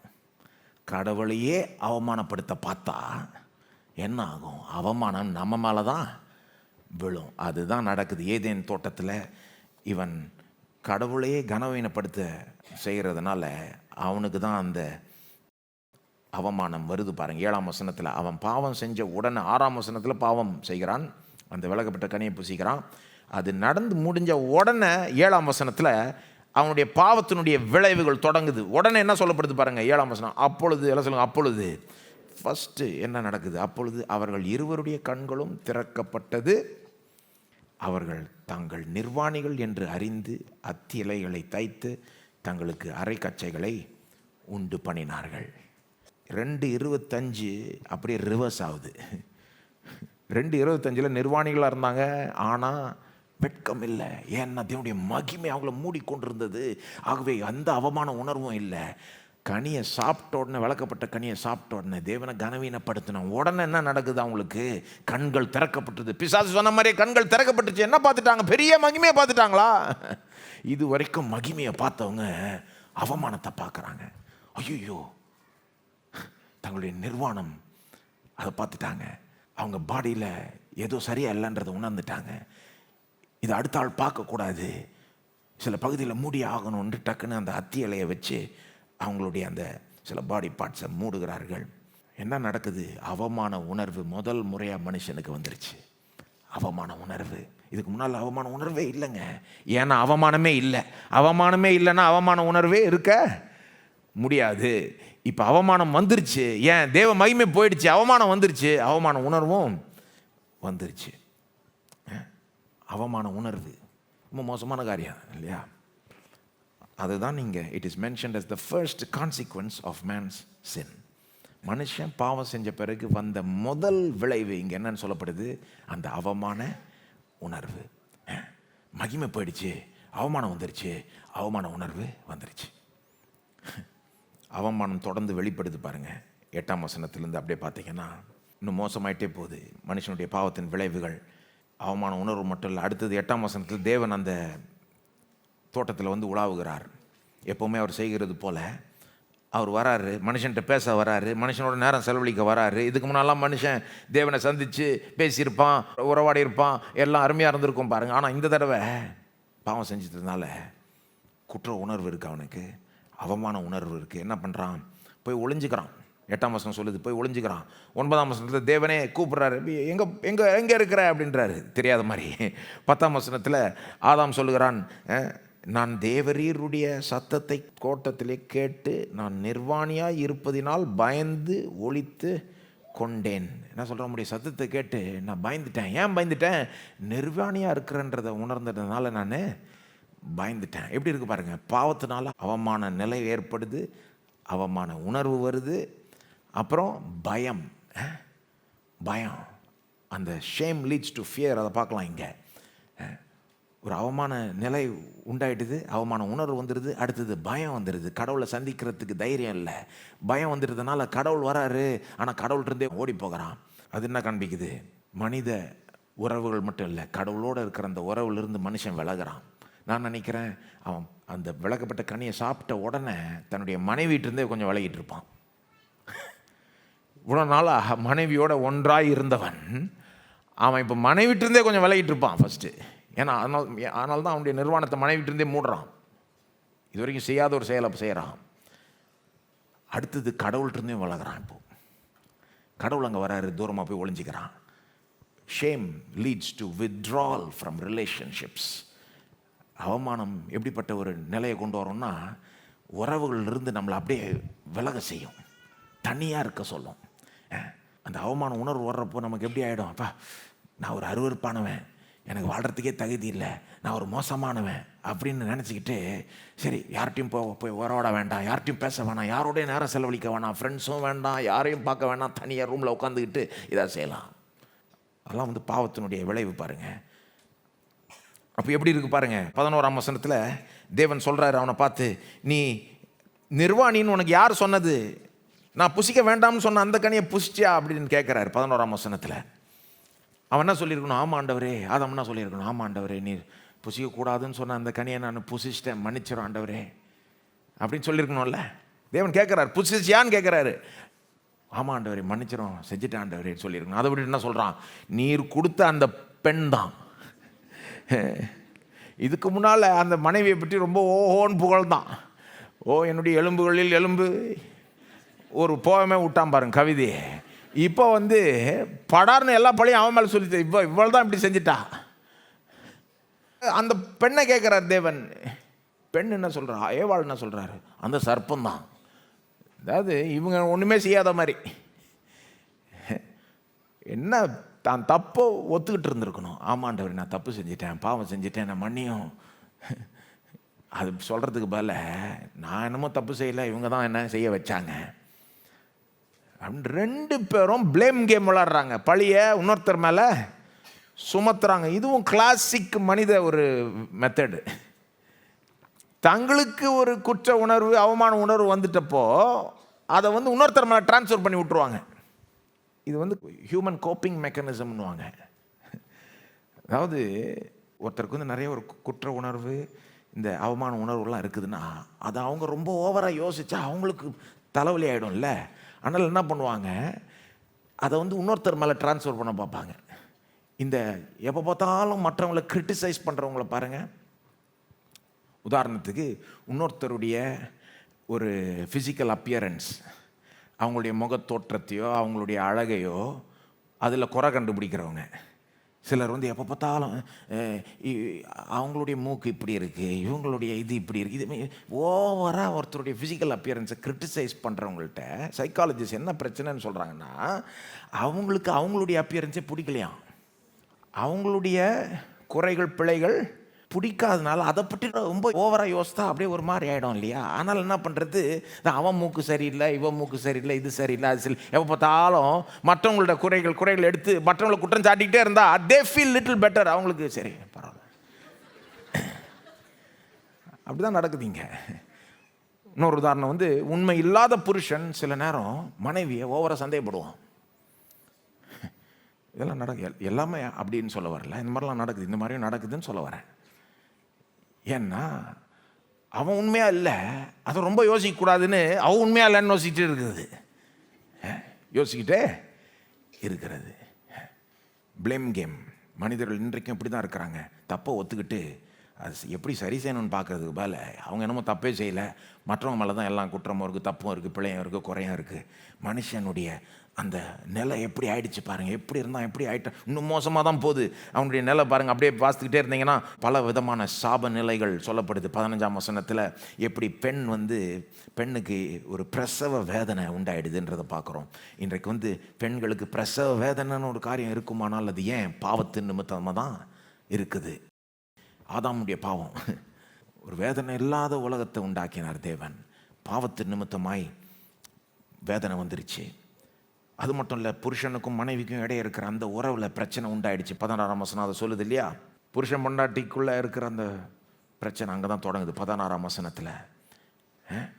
அதாவது மனுஷனுடைய அவமான நிலையில் இதெல்லாம் வருதுன்னு சொல்கிறேன். அப்புறம் வேற என்ன, 17ஆம் வசனத்துலேருந்து பார்த்தீங்கன்னா ஆதாம்கிட்ட பேசுகிறார் தேவன். அந்த மனுஷன்கிட்ட பேசுகிறப்போ சொல்கிறாரு, அவனுக்கு எப்படிப்பட்ட ஒரு சாப நிலை உண்டாயிடுச்சுன்னு. வேலை இனி ஒரு இன்பமாக இருக்காது அப்படின்றாரு. வேலை இப்போ ஒரு துன்பமாயிடும். 17ஆம் வசனம் 18ஆம் வசனம்லாம் வாசித்தீங்கன்னா சொல்கிறார் இல்லையா, இந்த பூமி உன் நிமித்தமாய் சபிக்கப்பட்டிருக்கும், நீ உயிரோடு இருக்கும் நாளெல்லாம் வருத்தத்தோடே அதன் பலனை புசிப்பாய். 18, அது உனக்கு முள்ளும் குறுக்கும் முளைப்பிக்கும். இந்த பூமி அதுக்கு முன்னால் முள்ளும் குறுக்கும் முளைப்பிக்கலை. ஆனால் இப்போ இந்த பூமி அவன் மனுஷனுடைய பாவத்தின் நிமிஷமாக பூமியை சபிக்கப்பட்டுருச்சு. இப்போ வந்து எவ்வளோ பிரயாசப்பட்டாலும் அதில் மற்ற பிரச்சனைகளையும் டீல் பண்ணணும். முன்ன வந்து காசுக்காக வேலை செய்யல, அவன் ஒரு இன்பத்துக்காக வேலை செஞ்சான். இப்போ துன்பத்தோடு வேலை செய்யணும். ஒரு விதத்தில் எத்தனையோ ஒரு சேலஞ்சஸை டீல் பண்ணணும் வேலையில், எவ்வளோ பிரயாசப்படுறான். ஆனால் வேதனையோடு தான் அந்த அப்பத்தை, அந்த பலனை புசிக்கிறான். 19ஆம் வசனத்தில் தொடர்ந்து சொல்லப்படுது, நீ பூமியிலிருந்து எடுக்கப்பட்டபடியால் நீ பூமிக்கே திரும்பும் மட்டும், அதாவது மரணம் உனக்கு வரப்போகுது, ஃபிசிக்கலாக உன்னுடைய சரீரமே சாக போகுது அப்படின்றது 19ஆம் வசனத்தில் சொல்லப்படுது. 22ஆம் வசனத்தில் எப்படி நித்திய ஜீவன் மனுஷனுக்கு கிடைக்க முடியாது இந்த நிலையில் அப்படின்றது சொல்லப்படுது. அதுக்கப்புறம் அந்த தோட்டத்திலிருந்தே அவன் வெளியேற்றப்படுகிறான். எங்கே இருந்தான் மனுஷன், எவ்வளோ தூரம் கீழே போயிட்டான். அந்த மகிமையான நிலை அப்படியே போயிடுச்சு. இப்போது அவனுடைய ஒட்டு மொத்தமாக அவன் இருக்கிற நிலையை பார்த்தீங்கன்னா என்னன்னு சொல்லுவீங்க? அவமான நிலை. அவமான நிலை. 7ஆம் வசனம் அந்த வெறும் அந்த அவமான உணர்வை தான் எடுத்து ஹைலைட் பண்ணுது. ஆனால் ஒட்டுமொத்தமாக 7ஆம் வசனத்திலிருந்து 3ஆம் அதிகாரம் முடிகிற வரைக்கும் பார்த்தீங்கன்னா, அந்த ஒட்டுமொத்தமாக எடுத்திங்கன்னா அது என்னத்தை காண்பிக்குது? அவனுடைய இந்த அவமான நிலை. என்ன சொல்ல? நிலை. அவமான நிலைக்கும் உணர்வுக்கும் சில வித்தியாசம் உண்டு. அதாவது ஷேம், அவமானம்னு எடுத்துக்கிட்டாலே உலகத்தில் நிறைய தடவை ஷேமை பற்றி பேசுகிறப்போ வெறும் அந்த ஃபீலிங் ஆஃப் ஷேமை மட்டும்தான் சொல்லுவாங்க. ஃபீலிங் ஆஃப் ஷேம், அந்த ஷேம்ன்ற உணர்ச்சி, அந்த உணர்வு இல்லையா? மனுஷனுக்கு அந்த 7ஆம் வசனத்தில் வந்ததில்ல, நிர்வாணியாக இருந்தான்ற அறிந்து அவன் தன்னையை மூட பார்க்குறான், சரீரத்தை மூட பார்க்குறான் இல்லையா? இந்த ஃபீலிங் ஆஃப் ஷேம். உலகத்தில் வெறும் அந்த ஃபீலிங்ஸை ரொம்ப பேசுவாங்க. இந்த feeling of shame, feeling of ஷேம்னா உங்களுக்கு என்னென்னு புரியும்னு நினைக்கிறேன். ஃபீலிங் ஆஃப் கில்ட்டுக்கும் ஃபீலிங் ஆஃப் ஷேமுக்கும் வித்தியாசம் இருக்குது. கில்ட்டி ஃபீலிங்கை விட ஷேம் ஃபீலிங் ரொம்ப இன்னும் ஒர்ஸ்ட்டு. கில்ட்டி ஃபீலிங் எப்படி? குற்ற உணர்வு. எப்படி? நான் மோசமான ஒரு காரியத்தை செஞ்சிட்டேன் அப்படின்ற ஒரு உணர்வு, அதுதான் கில்ட்டி ஃபீலிங், குற்ற உணர்வு. ஷேம் ஃபீலிங் அதை விட ஒரு ஸ்டெப் அதிகம். அது என்ன சொல்லுது? நானே மோசம். குற்ற உணர்வு என்ன சொல்லுது? நான் மோசமான காரியத்தை செஞ்சிட்டேன். அவமான உணர்வு என்ன சொல்லுது? மோசமான காரியத்தை செஞ்சேன்றது விட நானே ஒட்டு மொத்தமாக மோசம். போ, நான் ஒரு அருவருப்பானவன் இப்படின்ற தாட்ஸ் எல்லாம் நிறைய பேருக்கு வரும் பாருங்க. எனக்கு தகுதியே இல்லை அப்படின்ற தாட்ஸ் எல்லாம் நிறைய பேருக்கு வரும். சிலர் மற்றவங்க அவங்கள ஒரு மாதிரி ட்ரீட் பண்ணதுனால அப்படி யோசிக்கிறாங்க, வாழ்க்கையின் சூழ்நிலைகள்னால அப்படி யோசிக்கிறாங்க, சிலர் தங்களுடைய சொந்த பாவங்கள் நிமித்தமாகவே அப்படி யோசிக்கிறாங்க. எனக்கு தகுதியே இல்லை, நான் அருவருப்பானவன், நான் மோசமானவன். அந்த ஷேம் ஃபீலிங் ரொம்ப ஒர்ஸ்ட். அது ஆளையே டிஸ்ட்ராய் பண்ணக்கூடிய காரியம் அது. அப்போது இதை எப்படி டீல் பண்ணுறதுன்னு உலகத்தில் அதிகமாக சொல்கிறாங்க. நீங்கள் உலகத்தில் மென்டல் ஹெல்த் எக்ஸ்பர்ட்ஸ் எல்லாம் இதை எப்படி டீல் பண்ணணும்னு கற்று தருவாங்க பாருங்கள். ஆனால் பைபிளுக்கு நீங்கள் வந்தீங்கன்னா ஒரு காரியத்தை ஃபஸ்ட்டு புரிஞ்சுக்கணும். அது என்னென்னா, பைபிள் இந்த ஷேமை உலகத்தை விட ரொம்ப சூப்பராக டீல் பண்ணுது. First of all, shame feeling மட்டும் இல்லை, ஷேம்ன்ற கண்டிஷனே இருக்குது. ஆங்கிலத்தில் எப்படி சொல்லுவாங்க? we have to understand that biblically there is shame has two components, objective and subjective.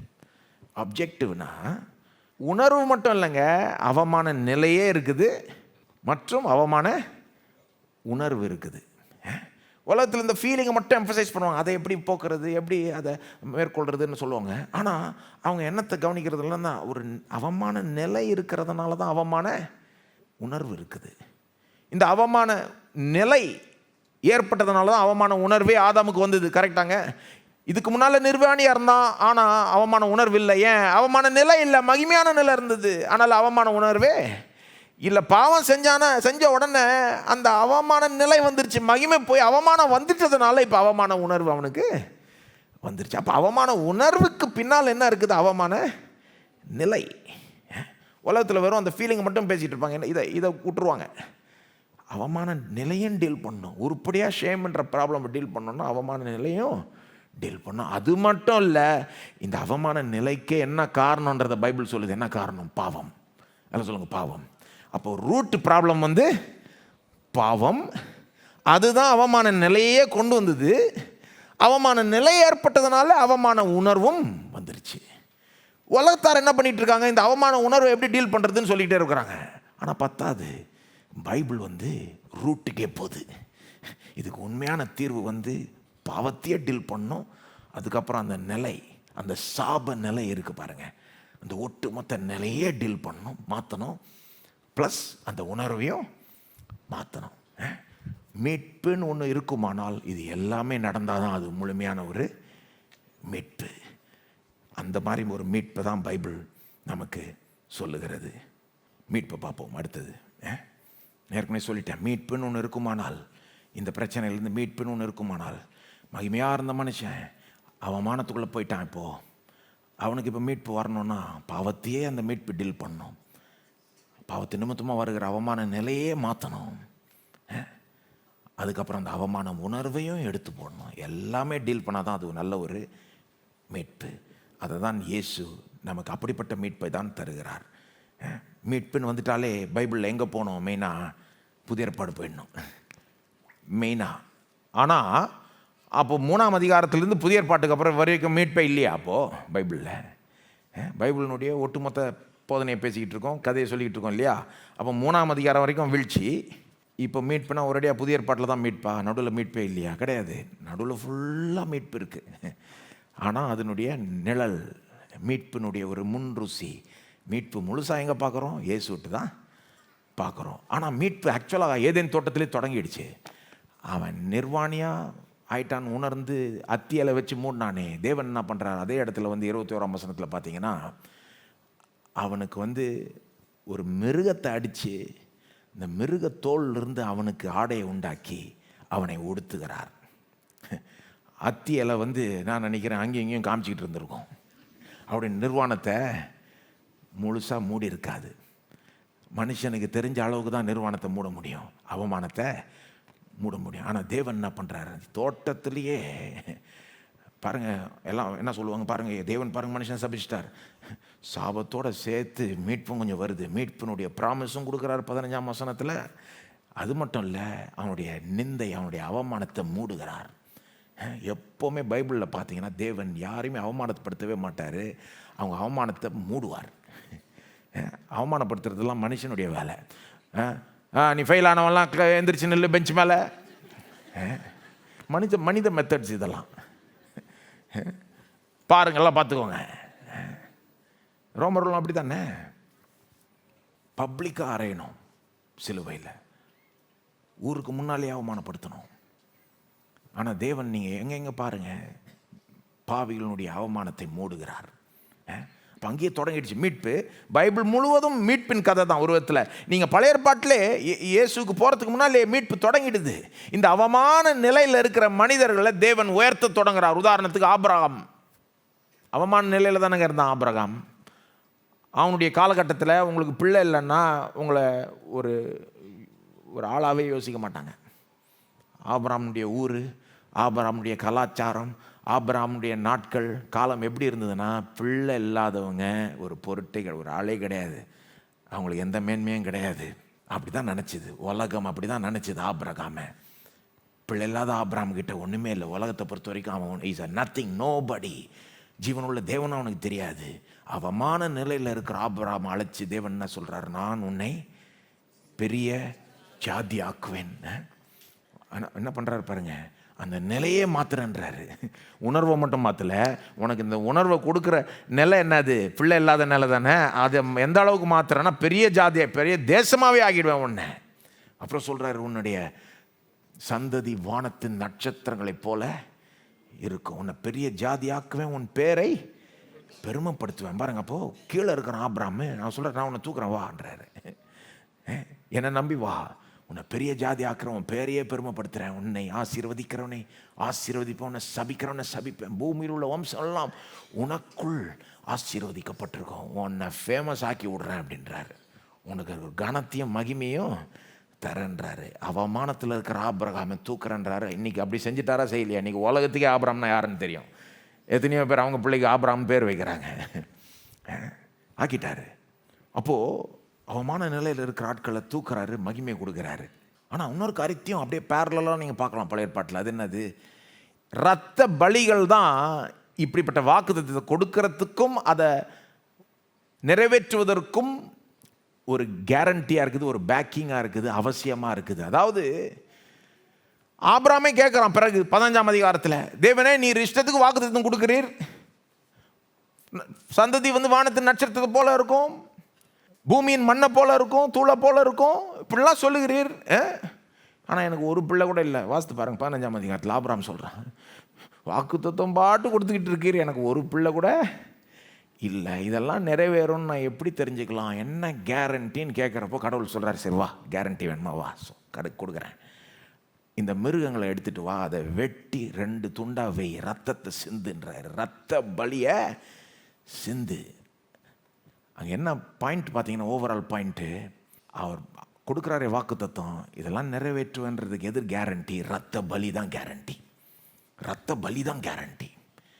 பழைய ஏற்பாட்டில் சிறியவர்களாக இருந்த இஸ்ரவேலை தூக்குவார் என்பது இரத்த பலிகள் இல்லாமல் நடந்திருக்கவே முடியாது. இஷ்டத்துக்கு வாக்குத்தத்தம் கொடுக்குறாரு இஸ்ரவேல் ஜனங்களுக்கு. பட்டணத்திலையும் ஆசீர்வதிக்கப்பட்டிருப்பாய், வெளியிலையும் ஆசீர்வதிக்கப்பட்டிருப்பாய், உன் நிலத்தின் கனி உன் கற்பத்தின் கனி ஆசீர்வதிக்கப்பட்டிருக்கும், எதிரி உனக்கு விரோதமாக ஒரு வழியாய் வந்து 7 வழியாய் ஓடி போவார்கள், கைட்டு செய்கிற வேலைகளெல்லாம் ஆசீர்வதிப்பேன், வாலாக்காமல் தலையாக்குவேன், கீழாகாமல் மேலே. இதெல்லாம் வந்து ரத்த பலிகள் இல்லாமல் ஒர்க் ஆகும்னு நினைக்கிறீங்களா நீங்கள்? சான்ஸே கிடையாது. தேவன் இந்த உயர்வை கொடுக்குற அந்த வாக்குத்தத்தங்கள் எல்லாமே அதுக்கு பேக்கிங் வந்து ரத்த பலி. அப்படி தான் இஸ்ரவேல் பெரியவர்களானார்கள் அந்த ரத்த பலிகள்னால. இதெல்லாம் என்ன காண்பிக்குது? இயேசுவை சுட்டி காண்பிக்குது. இயேசுவின் மூலமாக தான் அந்த மனுஷன் இழந்து போன கனமும் மகிமையும் திரும்ப அவனுக்கு வரப்போகுதுன்றது. இதெல்லாம் ஒரு ஃபோர் ஷேடோ, இது ஒரு நிழல். ஆனால் இயேசுவின் இடத்துல அதை முழுமையாக பார்க்கலாம். சரி, இயேசு எப்படி நம்மளை மீட்டெடுக்கிறான்றதை சுருக்கமாக சொல்கிறேன். ஆதாம் செஞ்சதை தலைகளை செய்கிறார் இயேசு. ஆதாம் செஞ்சதை தலைகளை திருப்பி போட்டிங்கன்னா அதுதான் இயேசு செய்கிறாரு. ஆதாம் என்ன செஞ்சான்? கீழ்ப்படியாததுனால தேவனை கனவீனப்படுத்தினான். தேவன் முகத்திலே துப்ப பார்த்தான், அவன் மேலேயே வந்து விழுந்தது. அவமானம் அவனுக்கே வந்து சேர்ந்துருச்சு. இயேசு என்ன செய்கிறாரு? தேவனுக்கு கீழ்ப்படுகிறதன் மூலமாய் தேவனை கனப்படுத்துகிறார். கனப்படுத்தி அதன் மூலமாய் நமக்கு இழந்து போன அந்த கனத்தையும் மகிமையும் கொண்டு வருகிறார். எப்படின்னு கேட்கலாம். ஏன்னா இயேசு வந்து நமக்கு பிரதிநிதியாய் நமக்கு பதிலாக எல்லாத்தையும் செய்கிறார். நல்ல கவனிங்க, ஆதாமும் மனு வர்க்கத்துக்கே ஒரு பிரதிநிதி, ஒரு ரெப்ரசன்டேட்டிவ் மேன். பிரதிநிதினா தெரியல, ரெப்ரசன்டேட்டிவ். உங்கள் எம்எல்ஏ எம்பிலாம் இருக்காங்க இல்லையா, அவங்க போய் பார்லிமெண்ட்டில் நின்னாங்கன்னா வெறும் அவங்க மட்டும் பேசலை, தொகுதிக்கே பேசுகிறாங்க இல்லையா? அல்லது ஒரு கேப்டன் ஆஃப் அ டீம் எடுத்துக்கோங்க. கேப்டன் வந்து ஃபீல்டில் போகிறாரு, டாஸ் போடுறாங்க, ஹெட்ஸுன்றாரு, ஹெட்ஸ் உழுது அல்லது டெய்ல்ஸ் உழுதுன்னு வைங்க. கேப்டன் ஹெட்ஸுன்னு சொல்கிறாரு, டெய்ல்ஸ் உழுது. டீம் வந்து போராட போதா? இல்லை கேப்டன் தான் ஹெட்ஸுன்னு சொல்கிறாரு, நாங்கள் ஹெட்ஸுன்னு சொல்லியே, டாஸை திரும்ப போடுங்க அப்படின்வாங்களா யாராவது? எல்லாருக்கும் தெரியும் கேப்டன் ரெப்ரசன்ட்ஸ் த டீம். இந்த முழு டீமுக்கே கேப்டன் தான் பேசுகிறார். அவர் பேசுகிறது தனக்காக பேசலை, முழு டீமுக்காக அவர் ஹெட்ஸ்னா டீமே ஹெட்ஸ் சொன்ன மாதிரி. அப்போ ஆதாம் நமக்கு பிரதிநிதியாக தேவனை கனவீனப்படுத்திட்டான், தேவனுக்கு ரொம்ப பாவம் செஞ்சுட்டான். தேவனுடைய முகத்தில் அவன் துப்ப பார்க்குறானே, அது மனுவர்க்கமே அப்படி செய்கிற மாதிரி. ஆக்சுவலாக பிறகு அப்படியே நடக்குது. எல்லா மனிதர்களும், முழு மனுவர்க்கமே பாவம் செய்து ஏகமாய் கெட்டு போனார்கள் பவுல் சொல்லுகிறார். அர்த்தம் என்ன தெரியுமா? முழு மனுவர்க்கமே தேவனை கனவீனப்படுத்திருச்சு. தேவனுக்கு செலுத்த வேண்டிய கனத்தையும் மகிமையும் செலுத்தவில்லை. அப்போ ஆதாம் வந்து மனுவர்க்கத்துக்கே பிரதிநிதியாக எப்படி இருக்கிறானோ அது போலவே இயேசுவும் ஒரு புதிய மனுவர்க்கத்துக்கு பிரதிநிதியாய் இருக்கிறார். அப்போ இயேசு சிருஷ்டி கர்த்தாவாக இருந்தும் மனுஷனாக இந்த உலகத்துக்குள்ளே வர்றார். கடவுளாகவும் இருக்கிறார், மனுஷனாகவும் இருக்கிறார். அவர் வாழ்கிறப்போ வெறும் அவருக்காக மட்டும் வாழல, நமக்காக வாழ்ந்தார். சொல்லுங்க, நமக்காக. எப்படி அந்த கேப்டன் பேசுகிறப்போ தனக்காக மட்டும் இல்லை டீமுக்காகவே பேசுகிறாரோ, அதுபோல் இயேசு வாழ்கிறப்போ நமக்காக வாழ்ந்தார், சாகிறப்போ நமக்காக செத்தார். வாழ்கிறப்போ தேவனை கீழ்ப்படிஞ்சு வாழ்ந்தார். தேவனுக்கு பிதாவுக்கு கீழ்ப்படிஞ்சு தானே வாழ்ந்தாருங்க. இயேசு ஏதாவது பாவம் செஞ்சாரா? இல்லை. பாவத்தினுடைய அர்த்தமே என்னது? கடவுளை கனப்படுத்தாமல் இருப்பது பாவம், கடவுளை மகிமைப்படுத்தாமல் இருப்பது பாவம், தனக்காகவே வாழ்கிறது பாவம். இயேசு தனக்காக வாழலை, கடவுளை கனவீனப்படுத்தலை. சொல்லப்போனால் ஒவ்வொரு நாளும் எந்திரிச்சு கடவுளுக்காக ஒருத்தர் பூரணமாக வாழ்ந்தார்னா அது இயேசு மட்டும்தான். ஒவ்வொரு நாளும் எந்திரிச்சு அவருடைய பூலோக வாழ்க்கையில் சாப்பிட்றதுலேருந்து புசிக்கிறதுலேருந்து எங்கேயாவது போகிறதுலேருந்து வர்றதுலேருந்து பேசுகிறதுலேருந்து அற்புதம் செய்கிறதுலேருந்து போதிக்கிறதுலேருந்து எல்லாத்தையும் பிதாவுக்காக செஞ்சவர். அவரே சொன்னார், என் சித்தத்தை செய்கிறதுக்கு நான் இந்த பூமிக்கு வரல, என்னை அனுப்பினவருடைய சித்தத்தை செய்கிறதுக்கு தான் வந்தேன். அவர் சொன்னதை மட்டும்தான் நான் சொல்லுவேன். அவர் என்ன சொல்கிறாரோ அதை மட்டும்தான் சொல்லுவேன், அதை மட்டும்தான் நான் செய்வேன். யோவான் 6:38, யோவான் 8:28, எவ்வளோ வசனங்கள் இருக்குது. அப்போது ஒவ்வொரு நாளும் தேவனுக்காகவே வாழ்ந்தார். ஒரு இடத்துலலாம் அவர் ரொம்ப நேரம் சாப்பிடலன்னு சீஷர்கள் வந்து சாப்பாடு கொடுக்குறாங்க இயேசுக்கிட்ட. சாப்பிடும் ஆண்டவரே அப்படின்னு அவர் சொல்கிறார், my food is to do the will of God. தேவனுடைய சித்தத்தை செய்வதே எனக்கு ஆகாரம் போல். அதாவது என்ன சொல்கிறாருன்னா, அது வெயிட் பண்ணிட்டோம், முதல்ல அவருடைய சித்தத்தை செய்யணும். இப்போ ஊழியம் நடக்க வேண்டியது. சமாரிய ஸ்திரீ போயிருக்கிறா, இவ்வளோ ஆட்களை கொண்டு வர போகிறாள், அதை முதல்ல முடிச்சுட்டு தான் நான் சாப்பிடுவேன். ஏன்னா இதுதான் எனக்கு ஃபஸ்ட்டு ஆகாரம், இதுதான் எனக்கு திருப்தியை நிறைவையும் கொடுக்குது. அப்போ இயேசுவை போல் எந்த மனுஷனும் வாழ்ந்ததே இல்லை பாருங்கள். பர்ஃபெக்டாக வாழ்கிறாரு, தேவனை கனப்படுத்துகிறாரு. ஆனால் நம்முடைய பிரதிநிதியாய் அதை செய்கிறார். எப்படி? நம்முடைய பிரதிநிதியாய், நமக்கு பதிலாளாய் அதை செய்கிறார். நாம் அவரை கனப்படுத்தியிருக்கணும், ஆனால் நாம் அப்படி வாழலை, அவரை கனவீனப்படுத்திட்டோம். அதனால் நமக்கு பதிலாளாய் நம்முடைய சப்ஸ்டிடியூட், எல்லாம் சொல்லுங்கள் சப்ஸ்டிடியூட் அண்ட் ரெப்ரசன்டேட்டிவ், இந்த 2 வேர்ட்ஸும் ரொம்ப முக்கியம். பிரதிநிதி மற்றும் பதிலாள். எனக்கு பதில நம்முடைய பிரதிநிதியாக இயேசு நமக்காக வாழ்கிறார். வெறும் தனக்காக கிடையாது, தன்னை பற்றி என்னத்தையோ நிரூபிக்கிறதுக்காக மட்டும் கிடையாதுங்க, நமக்காக. எல்லாம் சொல்லுங்கள் நமக்காக. அதாவது நாம் எல்லாம் செலுத்த வேண்டிய கனத்தை அவர் செலுத்துகிறார். பர்ஃபெக்டாக வாழ்கிறார். கடவுளை ஒவ்வொரு நாளும் கனப்படுத்தி வாழ்க்கையின் முடிவு வர்றப்போ அவருக்கு பெரிய மகிமை வரும்னு பார்த்தா பயங்கர அவமானம் வருது. ஏன்னா அதுவும் நமக்கு பதிலாளாய் நமக்கு பிரதிநிதியாக தான் அவருக்கு வருது. நாம் கடவுளை கனவீனப்படுத்திட்டோம், இதெல்லாம் சும்மா விட முடியாது இல்லையா? மனுவர்க்கமே போய் கடவுளுடைய முகத்தில் துப்ப பார்த்தா அதை சும்மா விட முடியுமா? நான் கேட்குறேன், உங்கள் அப்பாவை போய் முகத்தில் துப்ப பார்த்தீங்கன்னா, துப்புனீங்கன்னா சும்மா இருப்பாரா? அவர் சும்மா இருந்தாலும் வீட்டில் சும்மா இருப்பாங்களா? உங்கள் பாஸை போய் முகத்தில் துப்புனீங்கன்னா அவர் சும்மா இருப்பாரா? கம்பெனி சும்மா இருக்குமா? ஒரு தேசத்தின் தலைவரை போய் முகத்தில் துப்புனீங்கன்னா அவர் சும்மா இருப்பாரா? அந்த நாடு சும்மா இருக்குமா? வானத்தையும் பூமியும் படைச்ச கடவுளையே கனவீனப்படுத்தினா மனுவர்க்கமே சரித்திரம் முழுவதும் இதையே செஞ்சுக்கிட்டு வந்தா. ஒவ்வொரு மனுஷியும் அதை செஞ்சிட்டாங்க. எல்லாருமே பாவம் செஞ்சிட்டாங்க. சும்மா இருக்க முடியுமா? இருக்க முடியாது. இதுக்கு பெரிய தண்டனை உண்டாகணும். அந்த தண்டனையில் அவமானமும் இருக்கணும். அப்போ தான் கடவுளுடைய கனம் ரெஸ்டோர் ஆகப்படும். கல்வாரி சிலுவையில் என்ன நடக்குது? எனக்கு பதிலாளாய் நம்ம எல்லாருக்கும் பிரதிநிதியாய் இயேசு அவமானத்தை தன் மீது எடுத்துக்கொள்கிறார். அந்த அவமானம் நமக்கு வந்திருக்கணும், அந்த அவமானம் நமக்கு வந்திருக்கணும். ஆனால் கடைசியில் யாருக்கு வந்தது? இயேசு. நமக்கு வரக்கூடாதுன்றதுனால அவர் எடுத்துக்கிட்டார். சிலுவையில் நம்ம போன தடவை பார்த்தோம் இல்லையா, எப்படியோ அவரை அவமானப்படுத்துகிறாங்க. அதில் ஒரு காரியம் என்ன செய்கிறான்? முகத்தில் போய் துப்புறான். ஆக்சுவலாக இயேசுடைய முகத்திலே போய் துப்புறானுங்க. அவர் தேவகுமாரன், அவர் கடவுளாக இருக்கிறாரு, ஆனால் அதே நேரத்தில் மனுஷனாக இருக்கிறாரு. அவருடைய முகத்திலேயே போய் துப்புறான். அதை நீங்கள் பார்க்குறப்போ ஒரு மாதிரியாக இருக்கும்ல. ஆனால் நீங்கள் இதை யோசிக்கணும், மறந்துடக்கூடாது. எனக்கு பதிலாக அந்த துப்பை வாங்குறார், அந்த எச்சிலை வாங்குறார். எனக்கு பதிலாக நான் வாங்கியிருக்கணும், அதை அவர் வாங்குறாரு. அவர் ஏன் சும்மா அப்படியே அதை வாங்கிக்கிறாரு, ரியாக்ட் பண்ணாமல்? எனக்கு அதெல்லாம் வந்திருக்கணுங்க. யாராவது ஒருத்தர் அதை நம்முடைய ஸ்தானத்தில் எடுத்து தான் ஆகணும். அதை அவர் எடுத்துக்கிறார். எல்லாமே அப்படி தான். நிர்வாணமாக கல்வாரி சிலுவையில் அவர் தொங்குறாரு. நமக்கு அப்படிப்பட்ட ஒரு தண்டனை ஏற்பட்டிருக்கணும், ஆனால் நமக்கு பதிலாய் அதை எடுத்துக்கிறார் அவர். ஏன்? நமக்கு பதிலாய் தேவனை கனப்படுத்துகிறார். நமக்கு பதிலாய் நாம் தேவனை வீணப்படுத்தினது நிமித்தமாக வர வேண்டிய தண்டனையும் அவர் ஏற்றுக்கொள்கிறார். இதுதான் நடக்குது கல்வாரி சிலுவையில். அவர் மரித்த உடனே தேவன் என்ன பண்ணுறாரு? மார்க் 15 போயிடுங்க. எனக்கு நேரம் இருந்தால் திரும்ப அந்த பகுதி அப்படியே முழுசாக வாசிப்பேன். நீங்கள் வீட்டில் வாசித்துக்கோங்க. மார்க் 15 32 அப்படியே முழுசாக வாசிப்பேன். ஆனால் இன்றைக்கு ஒரு காரியத்தை காண்பிக்க விரும்புகிறேன். அதையும் தாண்டி போய் 37ஆம் வசனம் வந்தீங்கன்னா, இயேசு அங்கே மரிக்கிறார். பயங்கரமாக அவமானப்பட்டு மரிக்கிறார். இயேசு மகா சத்தமாய் கூப்பிட்டு ஜீவனை விட்டார். 37 சொல்லுது.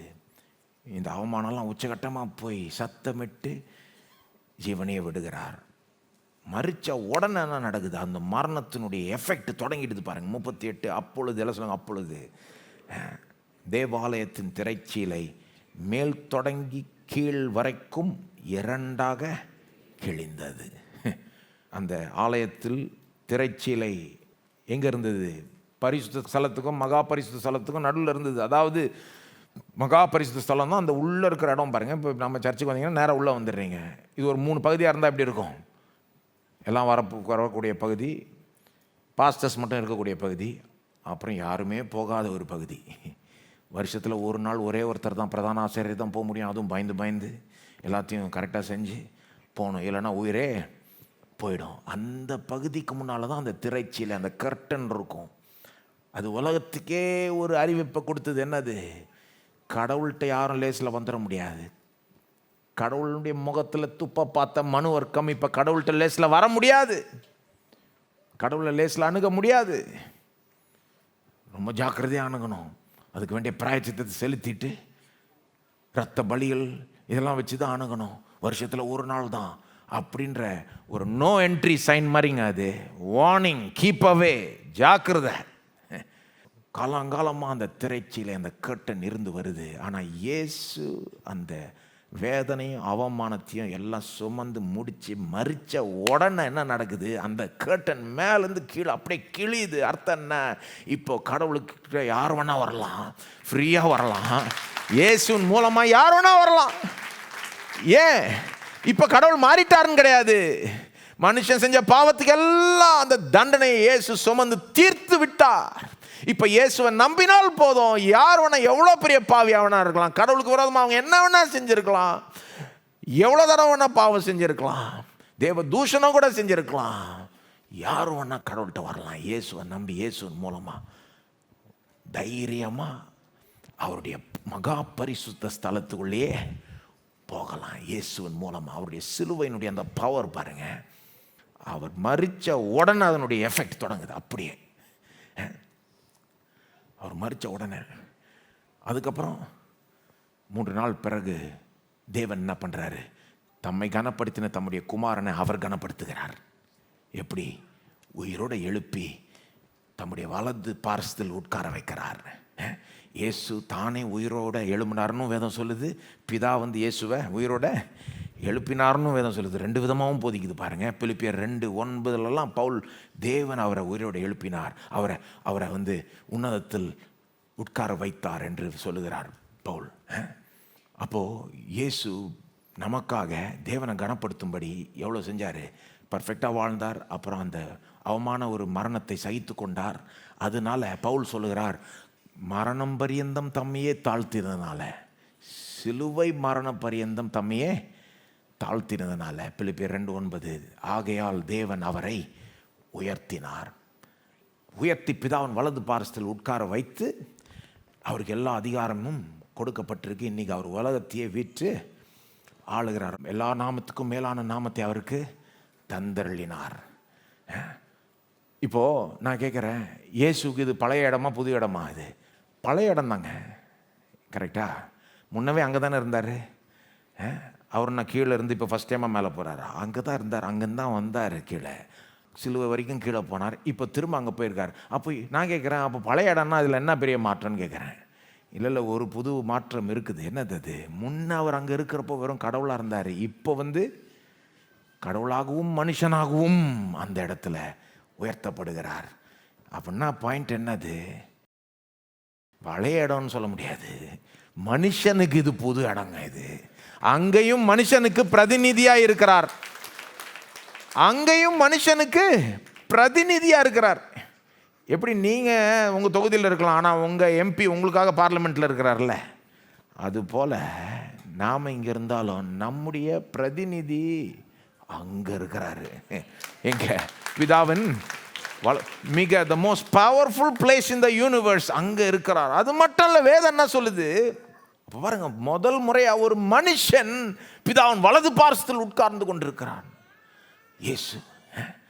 அது மட்டும் இல்லை, வேதம் என்ன சொல்லுது? எபேசியர் 2:6-7 வாசித்தீங்கன்னா, விசுவாசிகளாகிய நாம், கிறிஸ்துவுக்குள்ள இருக்கிற நாம், அவரோடே கூட உன்னதங்களில் உட்கார வச்சிருக்கிறார்னு சொல்லுது வேதம். நீங்கள் இன்றைக்கி ஏஎஃப்டி இங்கே பிரசாதத்தில் உட்காந்துக்கிட்டு இருக்கீங்க. ஆனால் ஒரு விதத்தில் நீங்கள் வேதம் என்ன சொல்லுது உங்களை பற்றி? அவரோடைய கூட உன்னதங்களில் இல்லை சொல்லுங்கள், அவரோடைய கூட உன்னதங்களில் உட்கார வச்சிருக்கிறார். உங்கள் ஸ்பிரிச்சுவல் அட்ரஸ் என்னது? ஏஎஃப்டி கிடையாது. ஏஎஃப்டி அட்ரஸ் கூட மாறிடும் கொஞ்சம் நாளில். அதனால் இதை உங்கள் ஸ்பிரிச்சுவல் அட்ரஸ் என்னங்க, ஆவிக்குரிய அட்ரஸ் என்னங்க? ஏஎஃப்டி கிடையாது. அது மாறாத அட்ரஸ் இருக்குங்க. ஒன்று கிறிஸ்துவுக்குள் இருக்கிறவங்களுடைய அட்ரஸ் என்னங்க? உன்னதத்தில் அவரோட கூட நாம் உட்கார்ந்து கொண்டிருக்கிறோம். அப்படின்னா என்ன அர்த்தங்க? திரும்ப தூக்கிட்டு போயிட்டார் மனுஷனை. எவ்வளோ தூரம் தூக்க முடியுமோ கிறிஸ்துவுக்குள் நம்மளை தூக்கி விட்டார், உயர்த்தி விட்டார். இது கேட்குறதுக்கு உங்களுக்கு டூ மச்சாக இருக்கும்னா இப்படி சொல்கிறேன். பிச்சைக்காரனை விட மோசமான ஒரு நிலையில் இருந்த நாம், அதுதான் பைபிளை பொறுத்த வரைக்கும் பாவியினுடைய நிலை. அதுதான் பாவத்தின் அந்த சேற்றில் கடந்த நம்மளை எடுத்து என்ன பண்ணுறாரு? கழுவி சுத்திகரித்து நீதிமான் ஆக்கி பரிசுத்தப்படுத்தி அவருடைய குடும்பத்தில் சேர்த்து பிள்ளையாக்கி விடுகிறார். நமக்கு ஒரு கனத்தையும் ஒரு மகிமையும் கொடுத்து நம்மளை முடிச்சு விட்டுகிறார். இதுதான் தேவன் செஞ்சிருக்கிறார். மீட்பு. எத்தனை பேர் மீட்கப்பட்டிருக்கிறீங்க? இதன் வெளிச்சத்தில் இந்த அவமானம் எல்லாத்தையும் டீல் பண்ணும் பாருங்க. உலகத்தில் பார்த்து நான் சொன்னது போல் வெறும் அந்த அவமான உணர்வை மட்டும் டீல் பண்ணுவாங்க. அதுவும் டீல் பண்ணுறது நான் சரி எப்படி தான் டீல் பண்ணுறாங்கன்னு நான் போய் பார்த்தேன். ஒரு யூடியூப் வீடியோ பார்த்தேன் பாருங்கள், நிறைய வியூஸ் இருக்குது. எப்படி தான் டீல் பண்ணுறாங்க பார்ப்போம். அவன் ஷேம் ஃபீலிங்கை எப்படி மேற்கொள்ளணும்னு உலகம் சொல்லுதுன்னு போய் பார்க்கலான்னு போய் பார்த்தா அவர் நல்லா பண்ணுற அந்த வீடியோ சூப்பராக இருக்குது.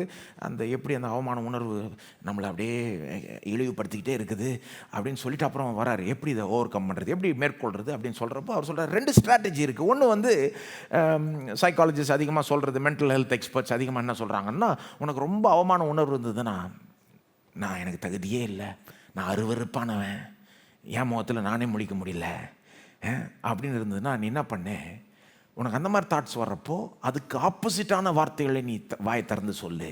நான் அழகுள்ளவன், நான் தகுதி உள்ளவன் அப்படின்னு சொல்லிக்கோ அப்படின்றாங்க. ஸோ இவர் சொல்கிறாரு அந்த வீடியோவில், அப்படி சொல்லிக்கலாம், இது ஒரு ஸ்ட்ராட்டஜி.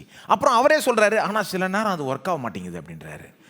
ஏன்னா அது நமக்கே தெரியும், நமக்கு பிழைகள் இருக்குது, குறைகள் இருக்குது. அப்போது பிள்ளைகள் இருக்கிறப்போ அந்த பிள்ளைகளை கண்டுக்காமல் நான் அழகுள்ளவன் சொன்னால் நமக்கே டேய் அப்படின்ற மாதிரி ஆகிடுது. கண்ணாடியை பார்த்து நான் அழகுள்ளவன் சொன்னால் கண்ணாடி வேறு விதமாக என்னதுமே சொல்லுது இல்லையா? அப்போது அவர் என்ன சொல்கிறாரு, சில நேரம் அது ஒர்க் ஆகாது, ஆனால் இன்னொரு ஸ்ட்ராட்டஜி இருக்குன்றாரு. அது என்னடான்னு கேட்கலான்னு பார்த்தா என்ன சொல்கிறாரு, அது என்னன்னா, சில நேரம் நம்ம வெறும் அப்படி சொன்னால் நமக்கே நம்புறது கஷ்டமாயிடும். ஆனால் இப்படி யோசித்து பாருங்கள், நம்மகிட்ட பிள்ளைகள் இருக்குது, குறைகள் இருக்குது.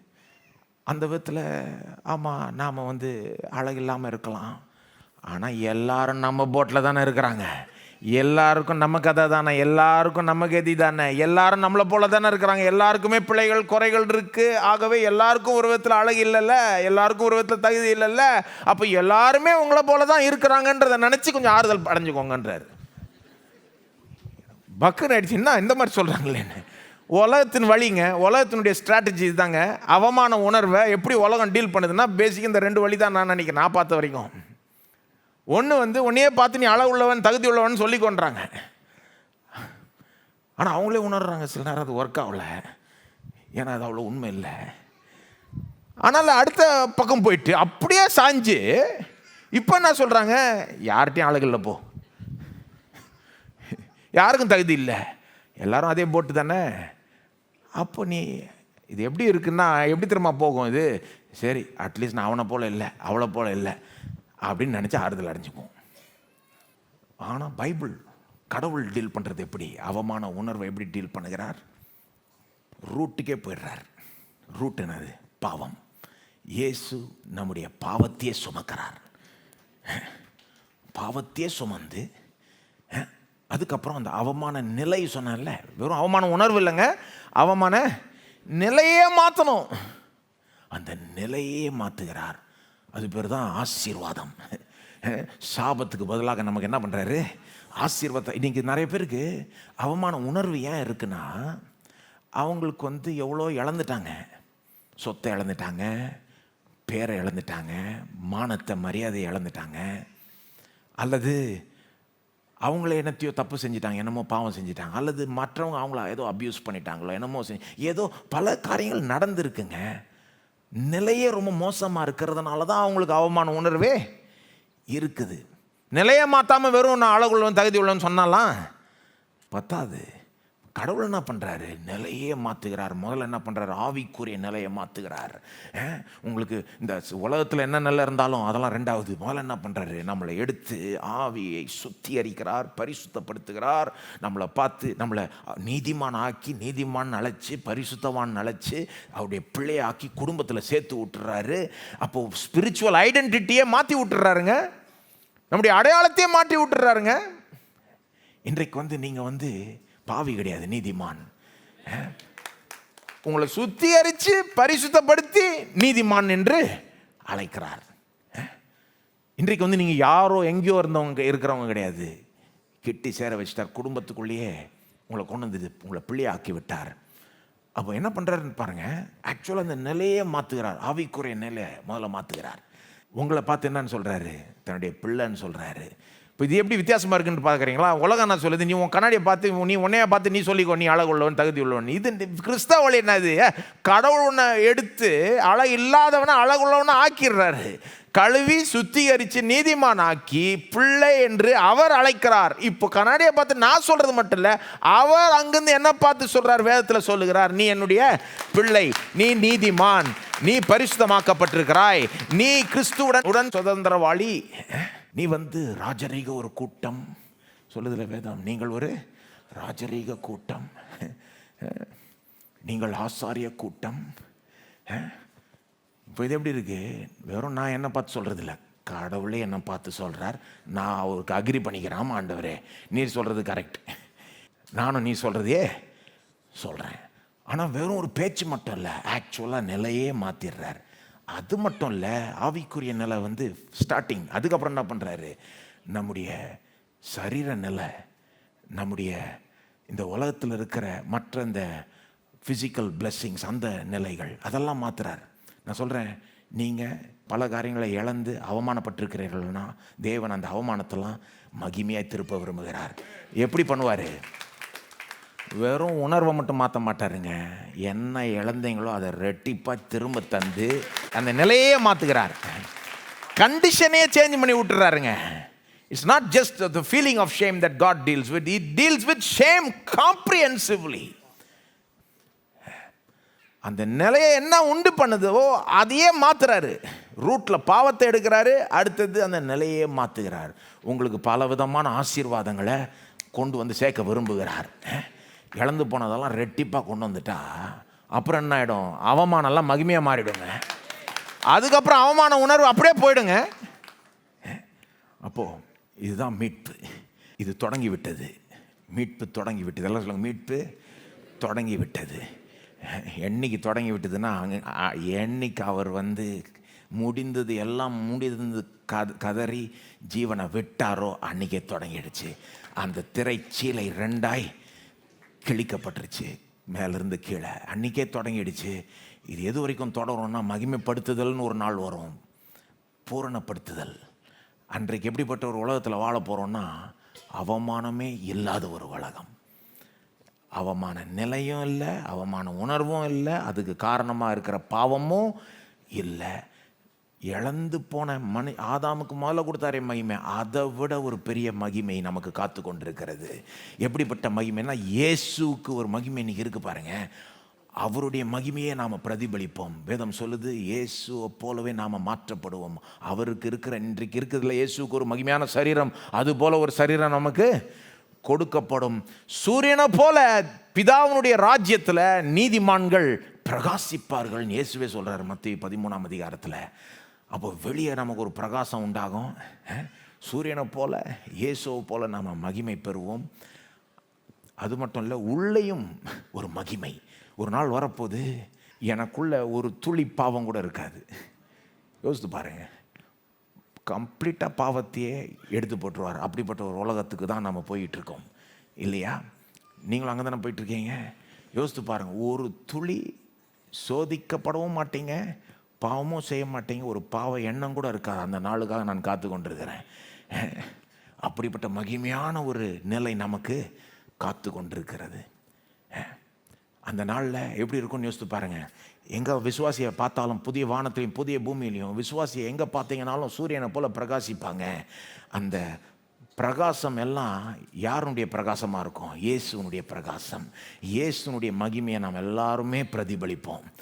சிலர் கேட்கலாம், மனுஷனுக்கு மகிமை மகிமைன்னு பேசிகிட்டு இருக்கேன், கடவுளுக்கு மட்டும்தானே மகிமை? எங்கள் கடவுளுடைய திட்டங்க இது. தம்முடைய சாயலும் தம்முடைய ரூபத்திலையும் மனுஷனை உண்டாக்கணுன்றது யாருடைய திட்டம்? ஆனால் இதில் எப்படி திரும்ப இந்த திட்டம்? கடவுள் மனுஷனுக்கு எவ்வளோ மகிமை கொடுத்தாலும் எல்லா மகிமையும் யாருக்கு போகும்? கடைசியில் அவருக்கு தான் போகும். மனுஷன் மகிமையாக பிரகாசிக்கிறப்போ அது அவருடைய மகிமை. அது மனுஷன் வெறும் அதை ரிஃப்ளெக்ட் பண்ணுறான். மனுஷன் அதை ரிஃப்ளெக்ட் பண்ணுறான் பாருங்கள். அப்போ நாம் இன்றைக்கு வாழுகிறோம், நாம் மீட்புக்கும் மகிமைப்படுத்துதலுக்கும் நடுவில் வாழுகிறோம். நாம் என்ன பண்ணுறோம்? மீட்புக்கும் மகிமைப்படுத்துதலுக்கும் we live between redemption and glorification. அப்போ நம்ம புரிஞ்சுக்கணும், அவமான உணர்வுன்ற இந்த தாட்ஸ் எல்லாம் வரதான் செய்யும். நாம் தான் அதை ஃபைட் பண்ணணும். எப்படி ஃபைட் பண்ணணும்? ஏன் என்ன வேணால் சொல்லட்டும், நான் அழகுள்ள இல்லைன்னு சொல்லட்டும், எனக்கு தகுதியே இல்லைன்னு சொல்லட்டும், நான் என்ன சொல்ல போகிறேன்? கடவுள் என்னை பார்த்து என்ன சொல்கிறாரோ நான் அதுதான் சொல்ல போகிறேன். நான் நீதிமான், நான் பரிசுத்தவான், நான் தேவனால் தெரிந்து கொள்ளப்பட்ட ஒரு ஜாதி, ஒரு ஜனம், நான் தேவனுடைய பிள்ளை. அப்போ அவர் சொல்கிறத நான் சொல்லணும் பாருங்கள். அந்த அவமான அந்த உணர்வுகள்லாம் அப்படி தான் ஃபைட் பண்ணணும். அவர் சொல்கிறத நீங்கள் சொல்லணும். விசுவாசத்தோட உங்களுக்கு காத்து கொண்டிருக்கிற இந்த மகிமையை நீங்கள் பெற்றுக்கொள்ளணும். எல்லாம் விசுவாசிக்க, நல்லா சொல்லுங்கள், விசுவாசியுங்கள். இப்போ கேட்டிருக்கீங்க நீங்கள் செய்தி, இதை நீங்கள் விசுவாசிக்கணும். என்ன விசுவாசிக்கணும்? நீங்கள் நல்லா இருக்கணுன்றது தான் அங்கே தேவனுக்கு பிடிக்கும். உங்களுக்கு அது எவ்வளோ விருப்பன்றதை விட அவருக்கு தான் ரொம்ப பெரிய விருப்பம். நீங்கள் நல்லா இருக்கணுன்றதை தேவன் உங்களை விட அதிகமாக விரும்புகிறார். நீங்கள் நல்லா இருக்கணுன்றதுக்காக ஒரு சூப்பரான திட்டத்தையும் போட்டு வச்சிட்டாரு. நீங்கள் விசுவாசிக்க ரெடினா உங்கள் நிந்தை எல்லாத்தையுமே மகிமையாக மாற்றுறது அவர் ரெடி. நீங்கள் என்ன பண்ணணும்? விசுவாசிக்கணும். எல்லோரும் எழுந்து நிற்போம். விசுவாசிக்கணும். அப்போ நீங்கள் இப்போ விசுவாசிங்க. விசுவாசிக்கிறவர்கள் பேச்சில் காமிப்பாங்க இல்லையா? இப்போ நீங்கள் பேசுங்க, தேவனிடத்தில் பேசுங்க. ஆண்டவரே, நான் நம்புகிறேன், நான் நல்லா இருக்கிறது உமக்கு முக்கியன்றதை நம்புகிறேன். ஃபஸ்ட்டிலிருந்தே நீர் இப்படி தான் திட்டம் போட்டீர். இந்த திட்டத்தை நிறைவேற்றுவதற்காக உம்முடைய குமாரனை அனுப்பி இவ்வளோ தூரம் எங்களுக்காக அவமானத்தையும் நிந்தையும் சகிக்க வைத்தீர் என்றதை நான் நம்புகிறேன். இயேசுவின் மகிமையில் எனக்கு ஒரு பங்கு நீர் தரும்படி தான் இப்படிலாம் செஞ்சீர்ன்றதை நம்புகிறேன். ஆகவே என்னுடைய அவமானத்தெல்லாம் மகிமையாக திருப்பாண்டவரே, என் பாவத்தை எடுத்து போட்டுட்டீர், பாவ மன்னிப்பை கொடுத்துட்டீர். இப்போ பாவத்தின் நிமித்தமாக ஏற்பட்டிருக்கிற சாப நிலைகள்லாம் மாத்தாண்டவரே. அது என்ன வேணா இருக்கட்டும், பிள்ளை இல்லாத நிலையாக இருக்கட்டும், பிள்ளை உண்டாகட்டும் இயேசுவின் நாமத்தில். வேலை இல்லாத ஒரு நிலையாக இருக்கட்டும், வேலை உண்டாகட்டும் இயேசுவின் நாமத்தில். இழந்து போன சொத்தாக இருக்கட்டும், அதை திரும்பி ரெட்டிப்பாய் அது கிடைக்கட்டும் இயேசுவின் நாமத்தில். இயேசுடைய சிலுவையின் எஃபெக்டினால் அதெல்லாம் நடக்கட்டும் இயேசுவின் நாமத்தில். நிலையே மாறிப்போய் அவமான உணர்வும் மாறிப்போய் மகிமையும் அதனுடைய ஒரு உணர்வும் ஏற்படட்டும் இயேசுவின் நாமத்தில். நம்முடைய ஜனத்தை இயேசுவின் நாமத்தில் ஆசீர்வதிக்கிறோம். எங்களை ஆசீர்வதித்து அநேகருக்கு ஆசீர்வாதமாய் ஆக்குவீராக. எல்லா துதி கன மகிமை உமக்கே செலுத்துகிறோம். இயேசுவின் நாமத்தில் ஜெபிக்கிறோம். ஆமேன். நம்முடைய கர்த்தராகிய இயேசு கிறிஸ்துவுடைய கிருபையும் பிதாவாகிய தேவனுடைய அன்பும் பரிசுத்த ஆவியானவருடைய ஐக்கியமும் நம்மோடு இன்றைக்கும் என்றைக்கும் இருப்பதாக. ஆமேன்.